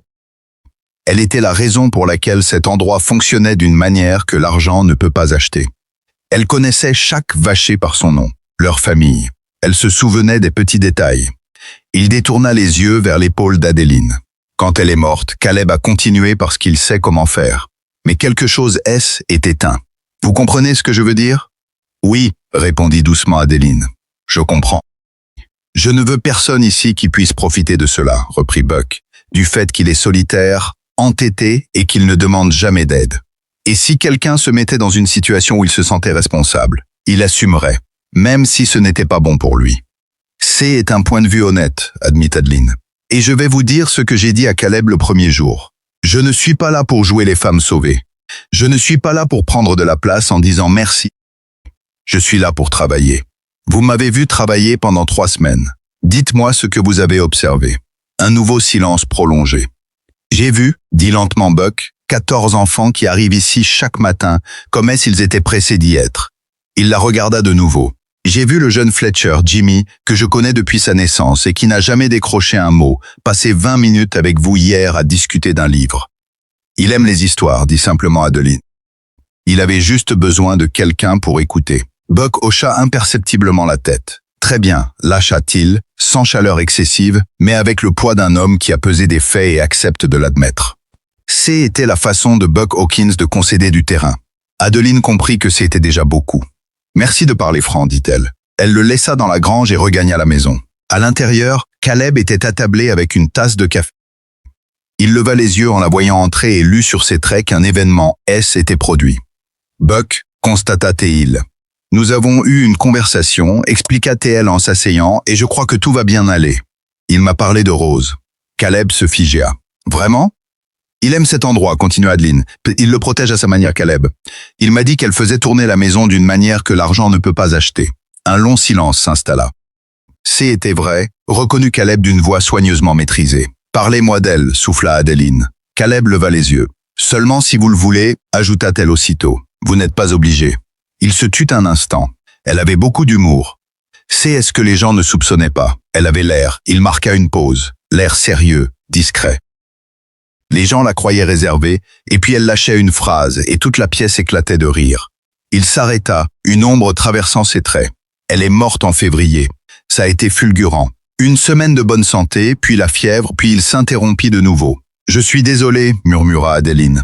C'était il y a 6 ans, dit-il du ton des hommes qui affirment avoir tourné la page alors qu'on devine qu'ils y nagent encore. Le temps ne répare pas toujours tout, observa Adeline. Parfois, il vous apprend juste à porter le poids un peu mieux. Caleb la regarda. Ce fut un regard plus long que les précédents, de ceux qui surviennent lorsqu'une personne énonce une vérité exacte, au moment précis où il le fallait. Oui, fit-il. C'est exactement cela. Le feu dans le poêle, le café, la cuisine silencieuse d'une grande maison trop pleine de vide. Adeline prit sa tasse à 2 mains en songeant que était la vie la plus étrange qu'elle eût menée, mais aussi, d'une certaine manière, le sol le plus solide qu'elle eût jamais foulé. Elle garda cette pensée avec précaution car elle l'effrayait un peu. La dernière fois qu'elle avait cru trouver un ancrage solide, on le lui avait arraché en un seul matin. La lettre arriva un mardi. Elle était adressée à Caleb Galloway, avec pour expéditeur le bureau de Henry Sullivan. En la voyant sur la table, Adeline sut que Caleb l'avait laissée intacte, attendant qu'elle soit présente pour l'ouvrir. Une preuve silencieuse que la nature de leur rapport avait basculé en 3 semaines, car il ne s'agissait pas d'un courrier mondain. Caleb brisa le cachet. Il lut la missive, puis la posa. « Que dit-elle » demanda Adeline. « Henry a déposé une plainte auprès du bureau foncier territorial » annonça Caleb. Il allègue des irrégularités concernant les droits d'eau du ranch. Des droits d'eau? Le ruisseau qui traverse le quart est de mes terres. Henry prétend que mes documents originaux sont falsifiés.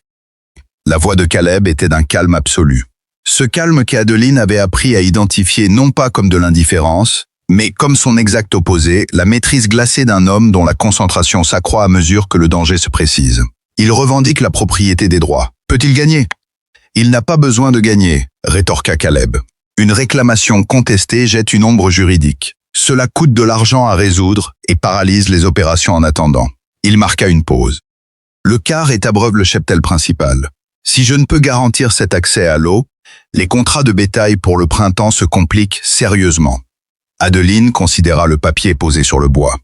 Était bien là le pire qu'elle avait prédit l'après-midi où Henry Sullivan était reparti bredouille. Pas une simple confrontation publique, mais une attaque plus silencieuse, plus structurelle.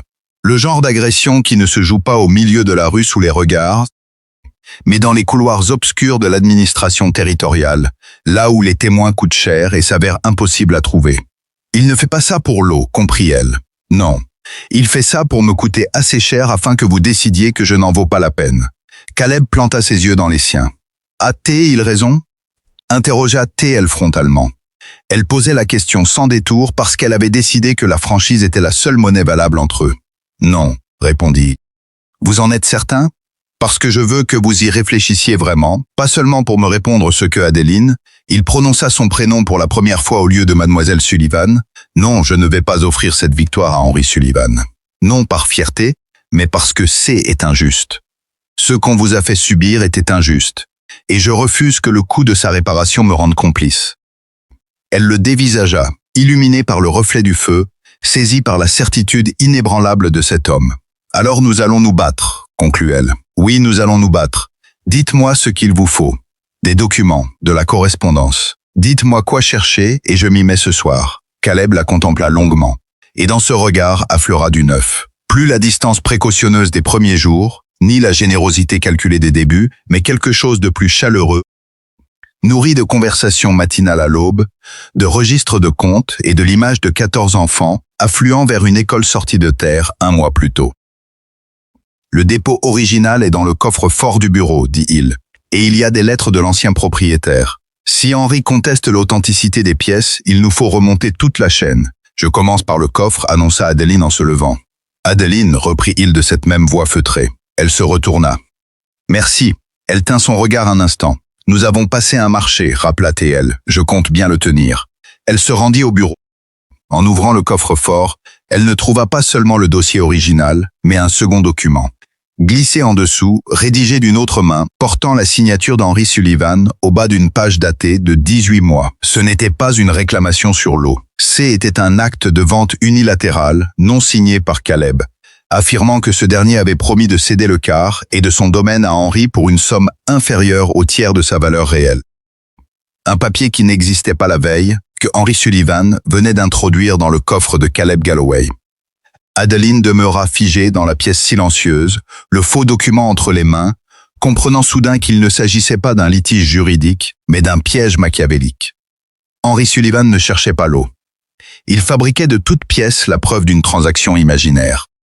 Et quelqu'un disposant d'un accès à la propriété et au coffre, l'avait aidé à accomplir cette forfaiture. Elle rejoignit la pièce principale. Caleb leva les yeux. Elle déposa le papier devant lui. Il le lut. Le silence qui s'ensuivit fut le plus lourd, le plus menaçant qu'elle eût enduré depuis son arrivée. « Ce n'est pas de moi », dit-il d'un ton étouffé. « Je n'ai jamais signé ça. Je n'ai jamais rien concédé de tel. »« Je le sais », fit Adeline. « Quelqu'un l'a mis là. » Caleb leva les yeux vers elle. On pouvait y lire la fureur glacée et contenue d'un homme qui venait d'embrasser toute l'étendue de la trahison. Quelqu'un qui a accès à cette maison. Leurs regards se croisèrent, et le nom qu'aucun d'eux ne voulait prononcer flotta entre eux comme une pierre jetée au fond d'un marigot. Quelqu'un au ranch. Caleb ne dormit pas de la nuit. Adeline le savait car elle resta éveillée elle aussi, et la maison revêtait cette densité particulière propre aux demeures où deux personnes veillent séparément, hantées par la même pensée, trop fières ou trop terrées pour aller frapper à la porte de l'autre. Étendue dans sa chambre, le faux document gravé dans son esprit, elle passait en revue les suspects avec la rigueur méthodique d'une équation mathématique. Qui avait accès au coffre? Qui connaissait sa cachette? Qui avait franchi le seuil du bureau ces dernières semaines, ces derniers mois, cette dernière année? La liste était brève. Caleb Buck Hawkins, les deux ouvriers de confiance, autorisés à signer leur bordereau de paix, et une dernière personne qui allait et venait dans la maison, avec l'insolente aisance de quelqu'un qui n'avait plus besoin de frapper depuis longtemps. Elle était attablée à la cuisine avant l'aube, le grand registre ouvert, lorsque Caleb fit son entrée. Ils s'échangèrent un regard sans prononcer de bonjour, ce mot n'ayant plus aucun sens. « Vous avez un nom », constata T-Hill. Ce n'était pas une question. « J'ai le même que vous », répondit-elle. « Je refuse simplement de le prononcer tant que nous ne sommes pas sûrs. » Caleb s'assit et plaça ses mains à plat sur le bois, ce geste machinal qu'elle identifiait désormais comme la traduction physique de son esprit mettant de l'ordre dans le chaos. « Déroulez le fil », ordonna T-Hill. La clé du coffre, commença Adeline. « Qui en possède un double à part vous ?»« Buck », répondit Caleb. « Seulement Buck et moi. »« Qui entre dans le bureau librement ?»« Buck, les contremaîtres pour les salaires, moi. » Il s'arrêta net. « Et vous, à présent ?»« Je n'ai pas mis ce papier-là, je le sais, dit-elle. Alors il ne reste que le nom de Buck. » Le silence qui retomba alors pesa de tout son poids, celui de la vérité que l'on refuse d'admettre. Les traits de Caleb ne se décomposèrent pas, mais quelque chose en lui, une poutre maîtresse qui tenait bon jusqu'alors, venait de céder. 12 ans, dit-il. Je sais. Il est dans ce ranch depuis avant la mort de Rose. Il m'a aidé quand elle était malade. Il gérait toute l'exploitation pour que je puisse rester auprès d'elle. Il était Caleb, s'interrogea. Ce n'est pas un mauvais homme. Non, dit Adeline. Ce n'en est pas un, mais il a pu commettre une mauvaise action en croyant bien faire. Caleb la regarda, il n'a pas confiance en moi. Adeline reprit. Il me l'a dit lui-même, avec plus de politesse. Il pense que vous faites une erreur et que j'en suis la cause. Si Henry Sullivan est allé le voir, lui a offert quelque chose, ou a simplement fait appel à sa loyauté envers vous de la mauvaise manière, en lui affirmant que c'était le seul moyen de protéger le ranch de ce que je pouvais vous coûter. Elle marqua une pause. Buck Hawkins ferait une chose terrible, s'il croyait le faire pour vous. Caleb se leva de table. Il alla s'accouder à la fenêtre, lui tournant le dos pendant un long moment. Il le ferait, dit-il. Que Dieu me vienne en aide, il le ferait. Adeline attendit. Je dois l'interroger, dit Caleb. Sa voix était calme, de ce ton qui trahit une décision déjà prise. Oui, dit Adeline. Ce matin même. Oui. Caleb se détourna de la fenêtre. Son visage exprimait la résignation d'un homme qui s'apprête à payer le prix fort pour ce qu'il doit accomplir, sachant que le coup n'y change rien. Prépare du café, ordonna T-Hill. Je veux lui parler ici dans la cuisine, pas dans la cour. Adeline prépara le café.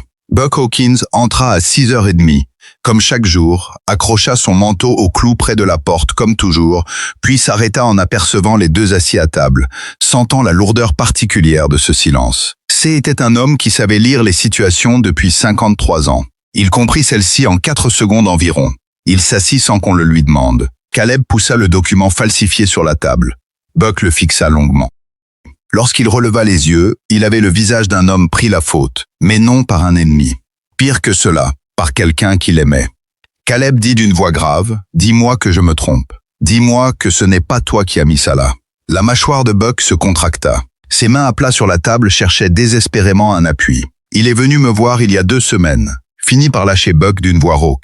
« Sullivan, il m'a affirmé que tu allais perdre le ranch à cause d'elle, qu'elle t'avait tourné la tête, et que si cela continuait, la cession des terres aurait lieu de toute façon, mais par voie de saisie légale, et que tu ne toucherais rien au lieu de « il s'interrompit », fixant le papier. Il m'a assuré que tu avais déjà donné ton accord verbal pour la vente du car avant toute cette histoire, qu'il s'agissait seulement de le mettre par écrit pour ton bien, afin que tu dises avoir une preuve. Il prétendait que tu avais oublié ton accord. C'est un mensonge, affirma Caleb. Je le sais à présent, reconnut Buck. Le savais-tu à ce moment-là? Un long silence, douloureux. Je n'en étais pas sûr. Buck leva les yeux et il laissa voir une lueur qu'Adeline n'attendait pas. Ni défi ni calcul, mais une véritable et angoissante confusion. Il était convaincu, et j'étais déjà inquiet pour toi. Il jeta un bref regard vers Adeline avant de détourner les yeux. Je croyais qu'il avait raison sur le fait qu'elle allait t'arrêter, dit Caleb. Buck se tut. Tu as glissé un faux document dans mon coffre-fort, reprit Caleb, en utilisant ma clé dans ma maison. Tu as fait cela. Oui, souffla Buck, ce mot unique dépouillé de tout artifice pour te protéger. Je croyais que tu faisais fausse route, répliqua Caleb en parlant d'elle, de moi, de ce dont j'avais besoin d'être protégé. Il se pencha en avant. Buck, cela fait 12 ans que tu es dans ce ranch, et je t'ai confié ma vie entière. Tout. Et tu as usé de cette confiance pour aider un homme qui veut s'accaparer mes terres parce que je refuse de laisser détruire une femme qui n'a rien commis de répréhensible. Les yeux de Buck brillaient, sans pleurer vraiment, retenant ses larmes par la seule force de sa volonté, convaincu que pleurer à cet instant serait une humiliation de trop. « Je suis désolé », murmura-t-il. « Caleb, je suis désolé. » Adeline demeurait immobile. Caleb se leva. Il retourna à la fenêtre. La cuisine était d'un silence absolu, troublé seulement par le feu dans le poêle. Quand il reprit la parole, sa voix n'exprimait nulle colère. C était presque plus dur à supporter. « Tu ne peux pas rester, dit-il, tu le sais. » Buck ferma les yeux un instant, je le sais. « Je te verserai ce qui t'est dû jusqu'à la fin du mois. Je t'écrirai une lettre de recommandation non pour ce qui s'est passé ici, mais pour 12 années de travail honnête et méritant. » La voix de Caleb craqua légèrement sur ce dernier mot avant de se raffermir. « Mais tu dois t'en aller. Je le sais, » répéta Buck. Il repoussa le document de l'autre côté de la table. Pour la première fois, il regarda Adeline droit dans les yeux, sans esquive. « J'ai eu tort à votre sujet, avoua-t-il. Ce que j'ai fait, je me suis raconté que je le protégeais, mais je protégeais ce que j'avais peur de perdre. » Il se tourna vers Caleb. Je ne voyais pas la différence. Il se leva. Il prit son manteau au crochet. Il sortit. La porte se referma, la cuisine redevint silencieuse. Caleb resta à la fenêtre, et Adeline à la table, muets l'un et l'autre pendant de longues minutes. Enfin, Adeline rompit le silence. « Je suis désolé. C'est de ma faute. » Caleb se retourna. « Non, si je n'étais pas venu ici, Buck aurait trouvé un autre moyen de commettre un tel acte. Pour une autre raison, et je n'aurais pas été là pour le voir, et les terres auraient disparu, et je n'aurais jamais su pourquoi. » Il rejoignit la table et s'assit. Il la regarda avec cette franchise désarmante d'un homme trop fatigué pour mentir. « Tu n'as rien fait de tout cela, Adeline. » Elle le fixa. « Tu viens de m'appeler Adeline à nouveau. Tu es Adeline depuis 3 semaines, fit-il. J'y oublie simplement de le prononcer. » Quelque chose bascula entre eux à cet instant précis. Ce déplacement imperceptible qui se produit quand 2 personnes postées à distance se rapprochent d'un pas sans le vouloir, puis réalisent qu'elles l'ont fait et choisissent de ne pas reculer. Le document falsifié changeait tout et rien à la fois. Tout. Parce qu'il détenait désormais la preuve non seulement de la fraude sur les droits d'eau, mais d'un complot coordonné visant à fabriquer des charges contre Caleb. Le nom de Henry Sullivan figurait sur cette pièce. Son plan, sa signature, son risque, et cette pièce compromettante placée dans un coffre verrouillé constituaient des éléments irréfutables que la rhétorique habituelle de Sullivan ne pouvait balayer. Rien, parce que Henry Sullivan demeurait l'homme privé le plus influent de la vallée des Pins et que les hommes puissants trouvaient toujours le moyen de compliquer l'épreuve. Caleb fit mander son avocat dans l'après-midi. Gédéon Vance arriva au galop, lut le document à 2 reprises, puis les scruta par-dessus ses lunettes avec l'air de celui qui attendait que l'autre sabot tombe et le regarde enfin s'écraser. « C'est grave », constata Vance. « Je sais », répondit Caleb. « Ce document placé dans votre coffre. Avez-vous un témoin quant à l'endroit où on l'a trouvé et aux circonstances ?»« Je l'ai découvert, dit Adeline, et je peux en témoigner. » Vance la regarda longuement. « Vous comprenez que la défense d'Henry Sullivan consistera à affirmer que c'est vous qui l'avez glissé là. » « Qu'ils le disent devant un juge, répliqua Adeline, pendant que Buck Hawkins sera assis dans la salle. Vance cligna des yeux. « Hawkins, vous avez le témoignage de Hawkins ? Il témoignera, affirma Caleb. J'y en ai la certitude. Vous en êtes sûr ? J'en suis sûr, répéta Caleb avec l'assurance d'un homme qui connaît la valeur morale de quelqu'un, même lorsque ce dernier a failli, comprenant la différence entre l'acte commis par Buck Hawkins et l'homme qu'il était.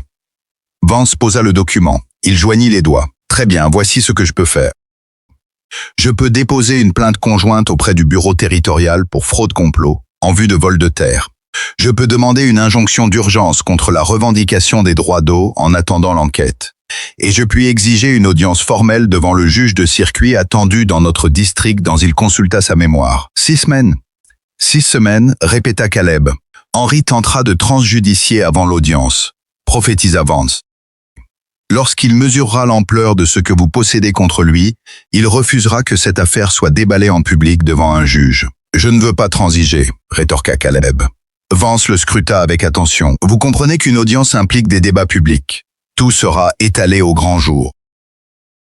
La rumeur originelle, votre arrangement avec Mademoiselle Sterling, le faux document, le témoignage de Buck Hawkins, tout y passera. Devant le juge de circuit et quiconque voudra y assister. Tout déballé, affirma fermement Caleb, c'est exactement ce que je souhaite. Vance tourna son regard vers Adeline. Tout déballé, approuva TL, est la seule façon de clore définitivement cette histoire. Vance acquiesça d'un signe de tête. Je déposerai la plainte dès demain matin. Les 6 semaines précédant l'audience furent les plus étranges et les plus lumineuses de l'existence d'Adeline. Étrange parce que le ranch adopta, après le départ de Buck, une discipline inattendue. Non pas le désordre, mais un ordre nouveau. Caleb prit les rênes de manière plus directe, allongea ses journées de travail, et les ouvriers expérimentés s'investirent avec cette compétence silencieuse de ceux qui savent agir et attendaient seulement qu'on leur fasse confiance. Quant à Adeline, elle se trouva bien plus impliquée dans le quotidien de l'exploitation que ne le prévoyait l'accord initial, non qu'on le lui eût exigé, mais parce qu'elle était là, compétente, et que la tâche l'appelait. Elle tint les comptes, elle assura l'école. Elle rédigea des lettres aux témoins pour Caleb, prépara la correspondance pour Vance, classa les pièces qui constitueraient l'ossature de leur dossier. Elle travaillait le soir à la table de la cuisine, tandis que Caleb s'activait en face d'elle, et le silence entre eux n'était plus celui, précautionneux, des étrangers. C'était le silence confortable et productif de 2 êtres qui avaient apprivoisé leurs rythmes respectifs. Elle remarqua des traits de son caractère qu'elle n'avait pu observer les premières semaines. Il était ponctuel à l'extrême chaque matin. Même heure, même routine, mais sans rigidité. Lorsqu'un des jeunes ouvriers commettait une bévue coûtant 2 heures de travail à l'exploitation, Caleb le reprenait avec la patience de celui qui se souvenait de ses propres erreurs et considérait cela comme le prix normal de l'apprentissage. Il lisait le soir, principalement des livres d'histoire. Parfois, il levait les yeux de sa lecture pour commenter un passage, non par obligation, mais parce que la pensée l'interpellait et qu'elle était là. Elle remarqua qu'il riait discrètement. Pas le rire démonstratif de ceux qui veulent se faire remarquer, mais un petit son authentique qui échappait lorsqu'une situation le surprenait au dépourvu. Elle remarqua qu'il l'observait parfois en croyant qu'elle ne le voyait pas. Elle n'en fit rien paraître. 3 semaines avant l'audience, un cavalier apporta de la ville une lettre cachetée de Henry Sullivan, adressée à Caleb Galloway. Caleb la lut et la tendit à Adeline sans un mot. Henry Sullivan proposait de retirer sa demande sur les droits d'eau, de payer les frais de justice de Caleb et de publier un rectificatif par le conseil municipal. Une reconnaissance formelle que la rumeur initiale visant Adeline avait été propagée sans fondement. En échange de l'abandon de la plainte pour escroquerie par Caleb, Adeline relut la missive 2 fois. Il a peur, constata-t-il. Oui, et il a raison. Elle reposa la lettre. Il offre presque tout ce que nous obtiendrions au tribunal, sans admettre pour autant que son nom figurait sur un faux document. Oui, confirma Caleb. L'audience en ferait un dossier public, objecta Adeline. Ce qu'il a fait, ce qu'a fait Marthe, toute la machination couchée par écrit dans un tribunal territorial de façon permanente. Elle regarda Caleb. L'accord à l'amiable ne prévoit rien de tel. Non, admite Caleb. Qu'as-tu envie de faire? Caleb la fixa. Et la question était là, latente depuis des semaines, nourrie par chaque veillée à table, chaque rire discret, chaque regard volé à travers la pièce. Je veux faire ce que tu veux faire, répondit-il. C est ton nom, Adeline. C est ta vie. Le ranch, je saurais le protéger, autrement se le faut. Mais l'audience est le seul moyen de laver totalement ton honneur dans cette région, par écrit d'une manière que nul ne pourra modifier par la suite. Adeline examina la feuille. Elle repensa au matin dans l'école, aux 3 femmes, au bruit des gants de Marthe Sullivan ramassés sur le bureau, avec ce geste précis et calme de celle qui se sait victorieuse. Elle songea à Clara Miller regardant la rue en contrebas. Elle pensa à ses 14 enfants venant chaque matin à l'école du ranch parce que le conseil municipal refusait de la réintégrer et dont les parents avaient pris la décision discrète de faire 4 miles de route en voiture plutôt que de les laisser accumuler du retard, preuve évidente de la confiance que leur portait la communauté. « Nous irons à l'audience », déclara Adeline. Caleb acquiesça. « Oui, et je veux prendre la parole », ajouta Tétel. « Je ne veux pas que Vance fasse tout le travail. Je veux dire certaines choses moi-même. » Caleb la fixa intensément. « Très bien. Tu ne vas pas me dire que c'est risqué ou inconvenant, non, dit-il. Tu as gagné le droit de t'exprimer. Je ne t'ai en privé pas. » Elle le contempla un instant. Quelque chose en elle, amassé depuis des semaines, prenait forme avec la patience irrésistible de l'eau trouvant son lit. Elle ne verbalisa rien encore, mais elle en avait conscience, et à la façon dont il la dévisageait, elle sut qu'il la comprenait. 2 nuits avant l'audience, Marthe Sullivan se rendit seule au ranch. Point d'Henri, point de Samuel. Seulement Marthe à cheval au portail en début de soirée, un spectacle si incongru que le valet venu l'annoncer à Caleb avait l'air d'un homme victime d'une hallucination. Caleb sortit. Adeline l'accompagna. Marthe paraissait changée depuis leur dernière rencontre. L'assurance de fer qu'il avait caractérisée à l'école et sur la rue principale était toujours là, mais elle semblait peser lourdement sur ses épaules, comme un vêtement trop lourd pour celle qui le portait. Elle fixa Adeline. « Je veux te parler », dit-elle, sans Caleb. « Non », rétorqua Adeline. Le menton de Marthe se redressa. « J'ai des choses à dire. »« Alors dites-les en présence de Caleb », trancha Adeline. « Il n'y a plus de conversation privée entre vous et moi, Madame Sullivan. Quoi que vous ayez à confier, ce sera devant témoin. » Marthe encaissa le coup un moment. Puis elle mit pied à terre, attacha sa monture et se tint devant eux avec la dignité d'une femme ayant pris une décision difficile qu'elle s'apprêtait à exécuter. « Je veux que vous acceptiez la proposition d'Henri, lâcha-t-elle. Retirez la plainte pour fraude. Acceptez les excuses et les frais juridiques. » « Nous avons refusé, rappela Caleb. »« Je ne te le demande pas à toi, répliqua Marthe en regardant Adeline. Je le lui demande à elle. » Adeline garda le silence. « Poursuivez, dit-elle. » Samuel ignorait ce que Henri avait fait avec le document. La machination. Marthe s'arrêta. Une ombre passa sur son visage, proche de la honte. Samuel ne savait pas que son père était allé jusque-là. Il m'a avoué aujourd'hui qu'il ignorait que son père s'était fourvoyé à ce point. Et elle s'interrompit de nouveau. « Ce n'est pas un homme bon, mon fils. Je le sais, il a trop reçu et on a trop peu exigé de lui. Et cela incombe à Henri, pas seulement à lui. » Elle s'exprimait avec la peine de quelqu'un admettant ce qu'il a tué des années durant. Mais il n'est pas complice. Il ignorait tout du faux. Ce que Samuel savait ou ignorait, coupa doucement Adeline, ne change rien à ce qu'a fait votre mari, ni à ce que vous avez fait ce matin-là dans l'école. « Je le sais, » murmura Marthe. « Vraiment ?»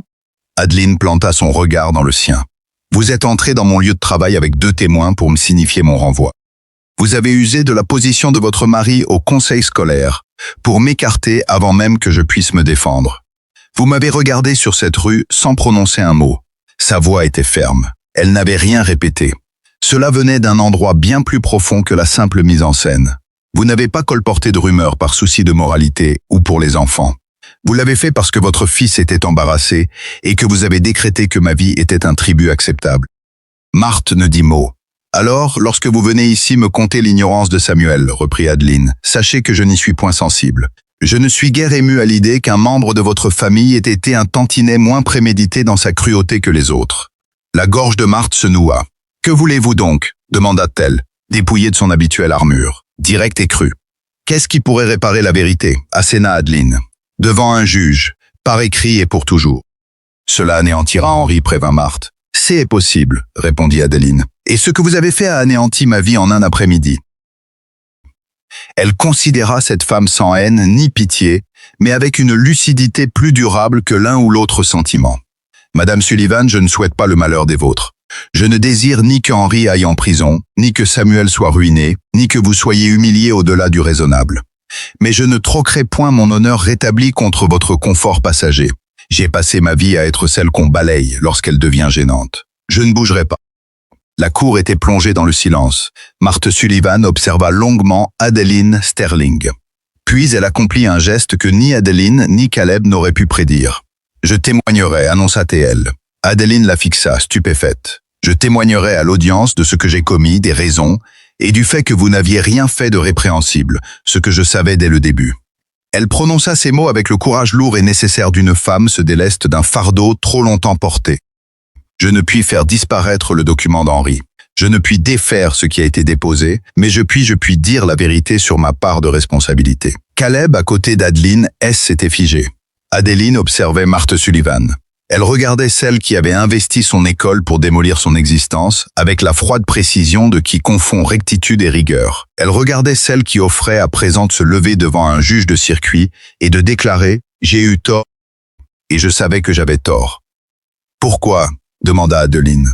Marthe baissa les yeux sur ses mains avant de les relever. « Parce qu'en voyant ce que Henri a fait, le faux, la machination, j'ai compris que j'en étais l'instigatrice. Quoi qu'il ait fait, c'est moi qui lui en ai fourni l'étincelle. » Elle marqua une pause. « Et parce que j'ai une petite fille, la fille de la sœur de Samuel. Elle a 3 ans, et je refuse d'être de celle dont la petite fille apprendra un jour que c'est ainsi qu'on traite les gens. » Le silence s'étira. Caleb jeta un regard à Aline. Celle-ci observa Marthe longuement. Elle songeait aux 1000 manières dont ceci pouvait n'être qu'un stratagème. Un sacrifice calculé de la fierté de Marthe pour limiter la casse d'Henri. Une représentation de contrition pour attendrir le juge avant le procès. Et puis elle pensa, peu importe. La contrition vraie ou stratégique aboutissait au même témoignage. La vérité restait la vérité, quel qu'en fût le coup. « Voyez Vance, dit Adeline. Demain matin, dites-lui tout. » Marthe acquiesça, elle détacha son cheval à Adeline. « Je suis désolée, dit-elle. » Ces 2 seuls mots, sans fioriture. Caleb et Adeline la regardèrent s'éloigner au pas. « Je ne m'attendais pas à cela, avoua Caleb. »« Moi non plus, murmura Adeline. Elle se tenait dans l'air frais du soir, mesurant ce qui l'attendait sous peu, l'audience, le juge, la mise en lumière de tout ce qui s'était produit depuis ce matin d'octobre où, entrant dans sa classe, elle avait trouvé 3 femmes, et la fin de la vie qu'elle s'était bâtie. Elle sentait ce poids, et sous ce poids, autre chose. Quelque chose qui commençait à ressembler à une assise solide. Caleb se tenait près d'elle, non par calcul, mais par ce rapprochement naturel de 2 êtres assez proches pour que l'espace entre eux devienne l'unique chose demandant un effort. « Adeline, dit-il. » Elle le regarda dans la lumière déclinante de la cour, alors que tout restait à venir. Elle vit en lui l'homme qui s'était dressé sur la rue principale pour affirmer « C'est est à moi », entendant par là son fardeau, sa dignité, son droit de demeurer, et qui signifiait bien plus que ces mots ne le laissaient paraître. « Je sais, répondit-elle. Quoi que tu veuilles dire, je le sais. Tu crois ? Je le pense. Moi aussi, fit-il. Elle le scruta avec assurance. Après l'audience, dit-elle. Dis-le alors, quand tout ceci sera terminé. Elle s'arrêta. Je veux l'entendre quand plus rien ne sera au travers de notre chemin. Il soutint son regard. Très bien, approuva-t-il. Ils rentrèrent. Encore 2 jours. Et tout serait étalé au grand jour. Le matin de l'audience, Adeline était levée avant l'aube. Non par peur. Elle avait laissé la peur derrière elle vers la 3e semaine au ranch, entre le faux document et les aveux inattendus de Marthe dans la cour. Ce qu'elle éprouvait relevait d'une autre nature. Cette vivacité propre à qui avance vers un point fixe et finit par l'apercevoir distinctement. Elle s'habilla avec soin, non pour éblouir. Elle savait que le juge fonderait son avis sur les faits et les témoignages, non sur sa toilette. Mais cet acte revêtait une signification intime, liée à la femme qu'elle voulait être dans cette enceinte. Elle avait assez endossé le rôle de problème, de rumeur, de complication. Aujourd'hui, elle entrerait dans cette pièce en tant que témoin, plaignante dotée d'un dossier et de la vérité pour seul allié, bien décidée à ce que sa prestance et son allure traduisent sa certitude inébranlable. Caleb préparait le café dans la cuisine, du pain sur la table, immuable rituel. Cette constance, cette absolue fiabilité la toucha au cœur bien loin de ce seul matin, rappelant tous ceux qui l'avaient précédé. « Prête ?» demanda Théil. Oui, répondit-elle. Il la regarda une fraction de seconde. Ce même regard qu'elle cataloguait depuis des semaines. Celui qui, d'attentif, était devenu tout autre. « Tout ira bien, dit-il. »« Je le sais, fit-elle. Non par bravade, mais par pure conviction. » Ils gagnèrent la vallée des Pins ensemble. L'audience se tenait dans la plus vaste pièce du bureau territorial des terres, ce qui, dans une bourgade telle que la vallée des Pins, signifiait un espace relativement exigu qui se trouva instantanément comble dès que plus de 15 personnes tentèrent d'y pénétrer. Or, il y en avait bien davantage. Adeline se doutait que la ville se déplacerait. Était la loi de ces contrées. Une affaire impliquant le propriétaire terrien le plus puissant, le marchand le plus fortuné, et l'institutrice devenue la femme la plus commentée de 3 comtés ne se boudait pas. On venait pour l'histoire. Elle le comprenait, sans rancune. Si spectateur il y devait y avoir, alors le spectacle serait celui de la vérité. Et après des semaines de cancans, d'informations tronquées et de narrations habilement orchestrées par Henry Sullivan, elle se surprit presque à se réjouir de cette assistance. Le juge de circuit se nommait Aaron Prumès, un sexagénaire au visage impassible, aux yeux trahissant un peu plus que ses traits ne le laissaient paraître. Arrivé la veille au soir, briefé 2 heures durant par Vance, il siégeait désormais à l'avant de la pièce, le dossier étalé devant lui, arborant l'expression d'un routier des tribunaux rompu à toutes les turpitudes humaines. Henry Sullivan siégeait à gauche, aux côtés de son propre conseil venu spécialement de Rose, affichant l'assurance de ceux qui triomphent par les arguties procédurales plutôt que par les faits. Henry lui-même était impeccable. Costume repassé, contenance rigide, le portrait craché de l'homme pour qui la mise en scène tient lieu de défense. À ses côtés, Samuel observait le plus strict immobilisme dicté par les consignes. Marthe manquait à l'appel. Ce fut le premier détail qui frappa Adeline. Marthe Sullivan ne prenait pas place aux côtés des siens. Elle était assise à l'opposé de la pièce, isolée, dans une attitude composée mais trahissant une tension sourde. Henry avait compris où sa femme était assise. Adeline devina à la contraction de sa mâchoire que cette nouvelle venait de lui parvenir et qu'il contenait une réaction qu'il ne pouvait laisser paraître. Vance se pencha vers Adeline et lui glissa à voix basse qu'elle était là. « Je vois ça », répondit Adeline. « Henry ignore qu'elle est venue me parler », remarqua Vance. « Il va l'apprendre dans 20 minutes », répliqua-t-elle. « Tant mieux. » Les débats s'ouvrirent par la lecture formelle des plaintes, à commencer par le litige initial sur les droits d'eau, suivi de la contre-requête de Caleb, des accusations de fraude et de la chronologie des documents. Le juge Stark lut l'ensemble avec la minutie lente d'un homme persuadé que la paperasse révèle ce que les gens préfèrent taire. L'avocat d'Henry prit la parole en premier. Il était bon, Adeline dut le concéder. Il bâtit son argumentaire avec l'assurance architecturale de quelqu'un rompu à ce genre d'affaires. Il suggéra que le document retrouvé dans le coffre-fort avait été glissé après coup par une personne ayant un intérêt direct dans l'issue du procès. Il sous-entendit que la revendication des droits d'eau reposait sur des bases historiques légitimes, tout en sapant méthodiquement la chronologie établie par Vance. Sans jamais nommer Adeline, ses descriptions la visaient avec assez de précision pour que toute la salle comprenne à qui il faisait allusion, quelqu'un ayant eu récemment accès à la maison et un motif pour fabriquer une défense. Adeline sentit Caleb, assis à ses côtés, se figer complètement. Elle posa brièvement sa main sur la table entre eux, sans le toucher, juste tout près. Il la vit et la tension de sa mâchoire se relâcha légèrement. Vance plaida la contre-attaque. Méthodique, rigoureux et, de l'avis d'Adeline, particulièrement compétent, il exposa la chaîne des preuves, la chronologie et les témoignages recueillis. Il présenta les documents originaux des droits d'eau, des lettres de l'ancien propriétaire accompagnées de réclamations datées et attestées dans les registres du territoire. Il brandit le faux document aux côtés d'une analyse graphologique qu'il avait discrètement commandée à un expert de passage pour d'autres affaires et qui s'était montré disposé à donner son avis. Le verdict de l'analyse était sans appel. La signature figurant sur le faux document, celle d'Henry Sullivan, était authentique mais pas le texte qui l'entourait. Le juge Stark examina l'analyse longuement. L'avocat d'Henry esquissa un mouvement pour protester, mais un simple regard du juge par-dessus le rapport lui fit comprendre que son objection serait vaine, et il se ravisa. Vance appela ensuite ses témoins. Buck Hawkins s'avança depuis le fond de la salle, où il siégeait depuis l'arrivée d'Adeline et de Caleb. Il s'était rafraîchi, portait son beau manteau et affichait l'expression de quelqu'un qui a pris une décision lourde de conséquences et l'assume pleinement.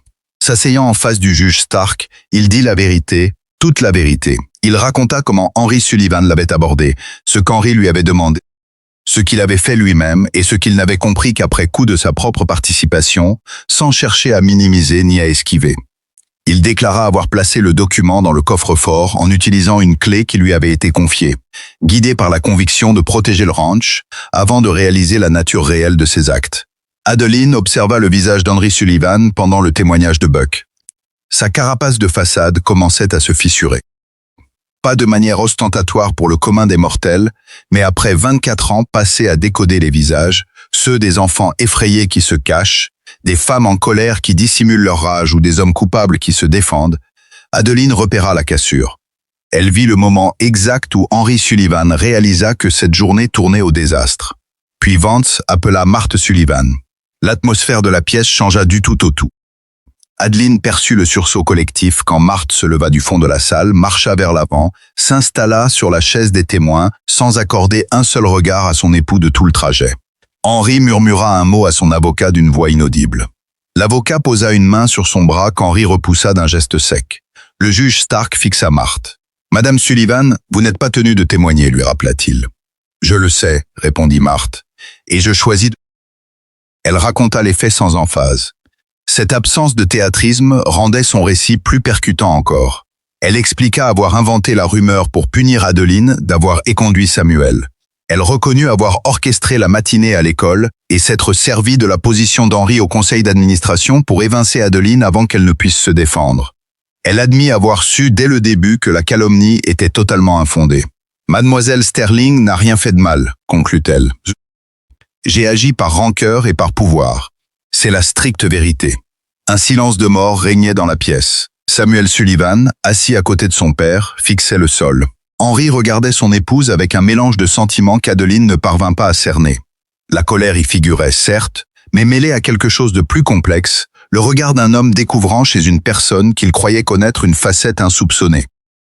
Le juge Stark écrivit quelques lignes, puis tourna les yeux vers Adeline. « Mademoiselle Sterling, vous avez demandé à vous adresser directement à la cour. Vance l'avait prévenu que le juge pouvait refuser. Il ne l'avait pas fait. » Adeline se leva. Elle avait ressassé ce qu'elle allait dire pendant 2 nuits d'insomnie dans sa chambre aux effluves de cèdre du ranch, pesant chaque mot. Mais face au juge, aux notables, aux habitants rassemblés et à Caleb à ses côtés, son discours préparé lui parut soudain insuffisant, trop artificiel et trop mesuré pour la gravité du moment. Elle mit ses notes de côté. « Je suis arrivée dans la Vallée d'Or il y a 4 ans, commença-t-elle d'une voix claire. Je ne possédais rien d'autre que le métier d'enseignante, et j'ai consacré 4 ans à bâtir ma vie autour de cela. Je n'étais pas riche, je n'avais pas de famille ici. J'avais une réputation, un emploi, une chambre en pension. J'avais 24 ans, et je croyais sincèrement qu'en travaillant dur, en respectant les autres et en menant une vie irréprochable, cela suffisait pour vous protéger. » Elle embrassa la salle du regard. Cela ne suffisait pas. Une seule matinée a suffi pour tout détruire. Un mensonge colporté par une femme influente, et tout ce que j'avais mis 4 ans à construire a disparu avant que je puisse placer un seul mot. J'ai été jugé et condamné en 1 heure par une communauté qui me connaissait depuis 4 ans et a préféré croire la rumeur aux faits. Elle marqua une pause. Je ne suis pas là aujourd'hui pour mendier de la compassion. Je suis là pour affirmer devant ce juge et cette assemblée que ce qu'on m'a fait subir était prémédité, coordonné par des gens de pouvoir qui s'en sont servis pour écraser quelqu'un qui n'en avait aucun. Je veux que cela figure officiellement et définitivement dans les registres. Non pas que j'ai besoin de la validation de cette ville, je n'en ai plus besoin. Mais d'autres femmes sur ce territoire se trouvent dans la même situation, privées de la même protection juridique, et elles ont le droit de savoir que quelqu'un, quelque part, s'est levé pour proclamer que c'était intolérable et injuste, et que je refuse de faire semblant pour le confort de qui que ce soit. La salle demeura figée. Le juge Stark la fixa longuement avant de consigner de nouvelles notes. Adeline se rassit. La main de Caleb reposait sur la table près de la sienne, sans ostentation, simplement là. Elle la regarda, croisa le regard de Caleb qui ne prononça pas un mot, car tout s'énonçait déjà sur son visage. Le juge Stark délibéra durant 40 minutes. De retour sur l'estrade, il rendit son verdict sans préambule. La plainte concernant les droits d'eau fut rejetée. Les documents originaux de la concession Galloway furent reconnus authentiques et la requête des Sullivan déclarée frauduleuse. Henry Sullivan et son avocat furent condamnés à acquitter l'intégralité des frais de justice de Caleb. Le faux document fut versé de manière permanente aux archives territoriales comme preuve de tentative de fraude foncière, avec mention perpétuelle du nom d'Henry Sullivan. Et puis vint ce qu'Adeline n'avait même pas osé espérer. Le juge leva les yeux et déclara qu'en raison des préjudices subis par la réputation professionnelle de mademoiselle Adeline Sterling, à la suite de la propagation délibérée de fausses informations, la Cour enjoint au conseil municipal de consigner par écrit une correction officielle dans les registres de la ville, affichée publiquement, stipulant qu'il a été prouvé en justice que mademoiselle Sterling n'avait commis aucun acte justifiant les rumeurs à son encontre et que son éviction de l'école avait eu lieu sur de faux prétextes. Il se tourna vers Henry. « Je vous conseille vivement, monsieur Sullivan, de peser très mûrement vos prochaines décisions. Ce qui vient d'être acté dans les registres territoriaux ne s'efface pas. » Cela poursuit un homme. Henry Sullivan garda le silence. Son avocat lui murmura quelques mots. Henry fit un unique signe de tête, celui d'un homme terrassé qui a assez d'esprit pour mesurer l'ampleur de sa défaite. Gideon Vance se pencha vers Adeline pour lui chuchoter qu'on ne pouvait espérer mieux, ce à quoi elle répondit que c'était au-delà de ses espérances. Adeline observa l'avant de la pièce où le juge refermait ses dossiers, Marthe Sullivan assise, les mains croisées, fixant le vide avec l'expression de celle qui a accompli une tâche nécessaire et en porte désormais le poids. Elle vit Henry parler à son avocat d'une voix basse et maîtrisée, s'efforçant déjà de réécrire l'histoire du jour. Elle vit Samuel, qui n'avait pas levé les yeux une seule fois de toute l'audience. Elle sentit Caleb se lever à ses côtés. Elle se leva avec lui et lorsqu'ils prirent le chemin de la sortie, le passage ne fut pas aussi aisé que prévu, car les habitants de Pine Valley se trouvaient sur leur route, non pour leur barrer le chemin, mais pour converger vers eux. Marie Moreau l'atteignit la première. Adeline, prononça-t-elle simplement. Ce seul mot contenait 4 semaines de remords accumulés depuis le matin où elle avait ouvert sa porte de pension à Adeline et croisé le regard de Caleb Galloway. Clara Miller se tenait 3 personnes plus loin. Ses yeux étaient humides lorsqu'elle la rejoignit. « J'ai détourné le regard, dit-elle.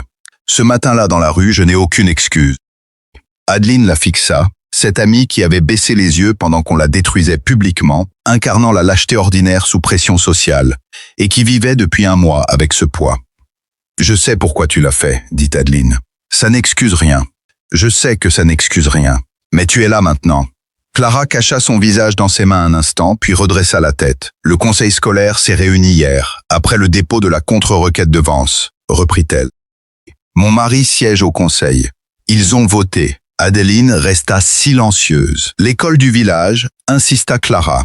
Ils veulent ton retour. Adeline jeta un coup d'œil à Caleb. Il observait la scène avec cette impassibilité respectueuse d'un homme décidé à laisser à Adeline l'entière liberté de sa réponse, sans influencer sa respiration d'un iota. « Dis-leur merci, » répondit Adeline. « Et dis-leur que l'école du ranch continuera de fonctionner. » Clara cligna des yeux, incrédule. « Les deux ?»« Les deux, » confirma Adeline. « Nous avons de la place pour les deux. » Ils prirent le chemin du retour en fin d'après-midi, l'audience derrière eux, les registres territoriaux modifiés et cet air piquant d'octobre porteur de la clarté des jours décisifs. Adeline garda le silence durant le premier mile, non par manque de mots, mais parce qu'elle en avait trop et qu'il lui fallait les ordonner. Caleb chevauchait à son flanc, patient à sa manœuvre, sans impatience, simplement présent. « Elle m'a surprise », finit par dire Adeline en parlant de Marthe. « Elle a surpris tout le monde », approuva Caleb. « Je cherche encore à savoir ce que j'en pense, » reprit Adeline. « Si ces excuses changent quelque chose, ou si elles le devraient. Qu'en penses-tu ?»« Je crois, dit-il en marquant une pause, que cela change des choses sans tout effacer. Ce qu'elle a fait reste fait. Mais il y a une nuance entre quelqu'un qui persiste dans l'erreur et quelqu'un qui y renonce. » Elle tourna son regard vers lui. « Je ne sais pas si je lui pardonne. Ce n'est pas une décision qu'on prend en un après-midi. Mais je crois pouvoir tolérer que cela cesse d'être un fardeau permanent. » Caleb hocha la tête. « Ça me paraît juste. »« Je traîne des fardeaux depuis longtemps, » confia Adeline. « Toute ma vie, à vrai dire. De ville en ville, à bâtir, perdre et recommencer, en m'exerçant à ne rien attacher à la durée puisque rien ne durait. » Elle posa ses mains sur les guides. « Je ne veux plus de cette vie-là. N'en fais plus qu'à cette tête-là, » répondit-il. Elle le regarda. « Tu as dit après l'audience, » reprit-il. « Nous y sommes, après l'audience. La route, l'air frais. » Son visage se tourna vers elle avec la patience de celui qui sait que le moment est venu. « Tu veux dire quelque chose ?»« Je veux tout dire, avoua-t-il. Mais je vais commencer par l'essentiel, dis-le alors. Je t'aime, Adeline. Il prononça ces mots sans fioriture, avec l'évidence d'une certitude mûrie qu'on attendait le bon moment pour exprimer. Non pas parce que tu avais besoin d'être sauvé, non pas à cause de l'arrangement, non pas pour ce que j'ai décidé sur la rue principale, mais parce que tu t'es assise à ma table de cuisine pour me dire la vérité quand tant d'autres m'auraient flatté dans le sens du poil. Parce que tu as bâti une école en 12 jours et la remplie en 2 semaines. Parce que tu as parlé à Buck sans cruauté. Parce que tu t'es levé dans cette pièce pour énoncer ce qui importait plutôt que ce qui était prudent. Il plongea son regard dans le sien. Parce que tu es la personne la plus remarquable que j'ai croisée en 6 ans de solitude. Et j'aimerais immensément que tu restes. Non pas en vertu d'un accord, mais en t'affranchissant totalement de l'arrangement, simplement parce que tu le veux. Adeline soutint son regard, embrassant la route, les montagnes à l'arrière, le ranch en point de mire où 14 enfants affluaient chaque matin, et cette chambre au parfum de cèdre devenue en 7 semaines le foyer le plus proche qu'elle ait jamais connu. « Je t'ai déjà dit que je ne voulais pas d'un homme pour me sauver », murmura-t-elle. « Je sais », répondit-il. « Je veux un homme qui me voie, reprit-elle, qui comprenne ce que je fais, pourquoi je le fais, et le respecte sans chercher à s'en emparer. »« Je sais », répéta-t-il. « Est-ce cela que tu proposes ? » ?»« Oui, affirma-t-il. « C'est exactement cela que je propose. » Adeline l'étudia longuement. Cet homme qui avait commandé du bois sans qu'elle le demande, qui s'était tenu à ses côtés dans une cour pleine de chevaux sans se mettre en avant, qui lui avait avoué sa solitude au lieu de feindre une force illusoire. « Alors oui, » souffla-t-elle. « C'est ma réponse. Oui. » Caleb Galloway sourit.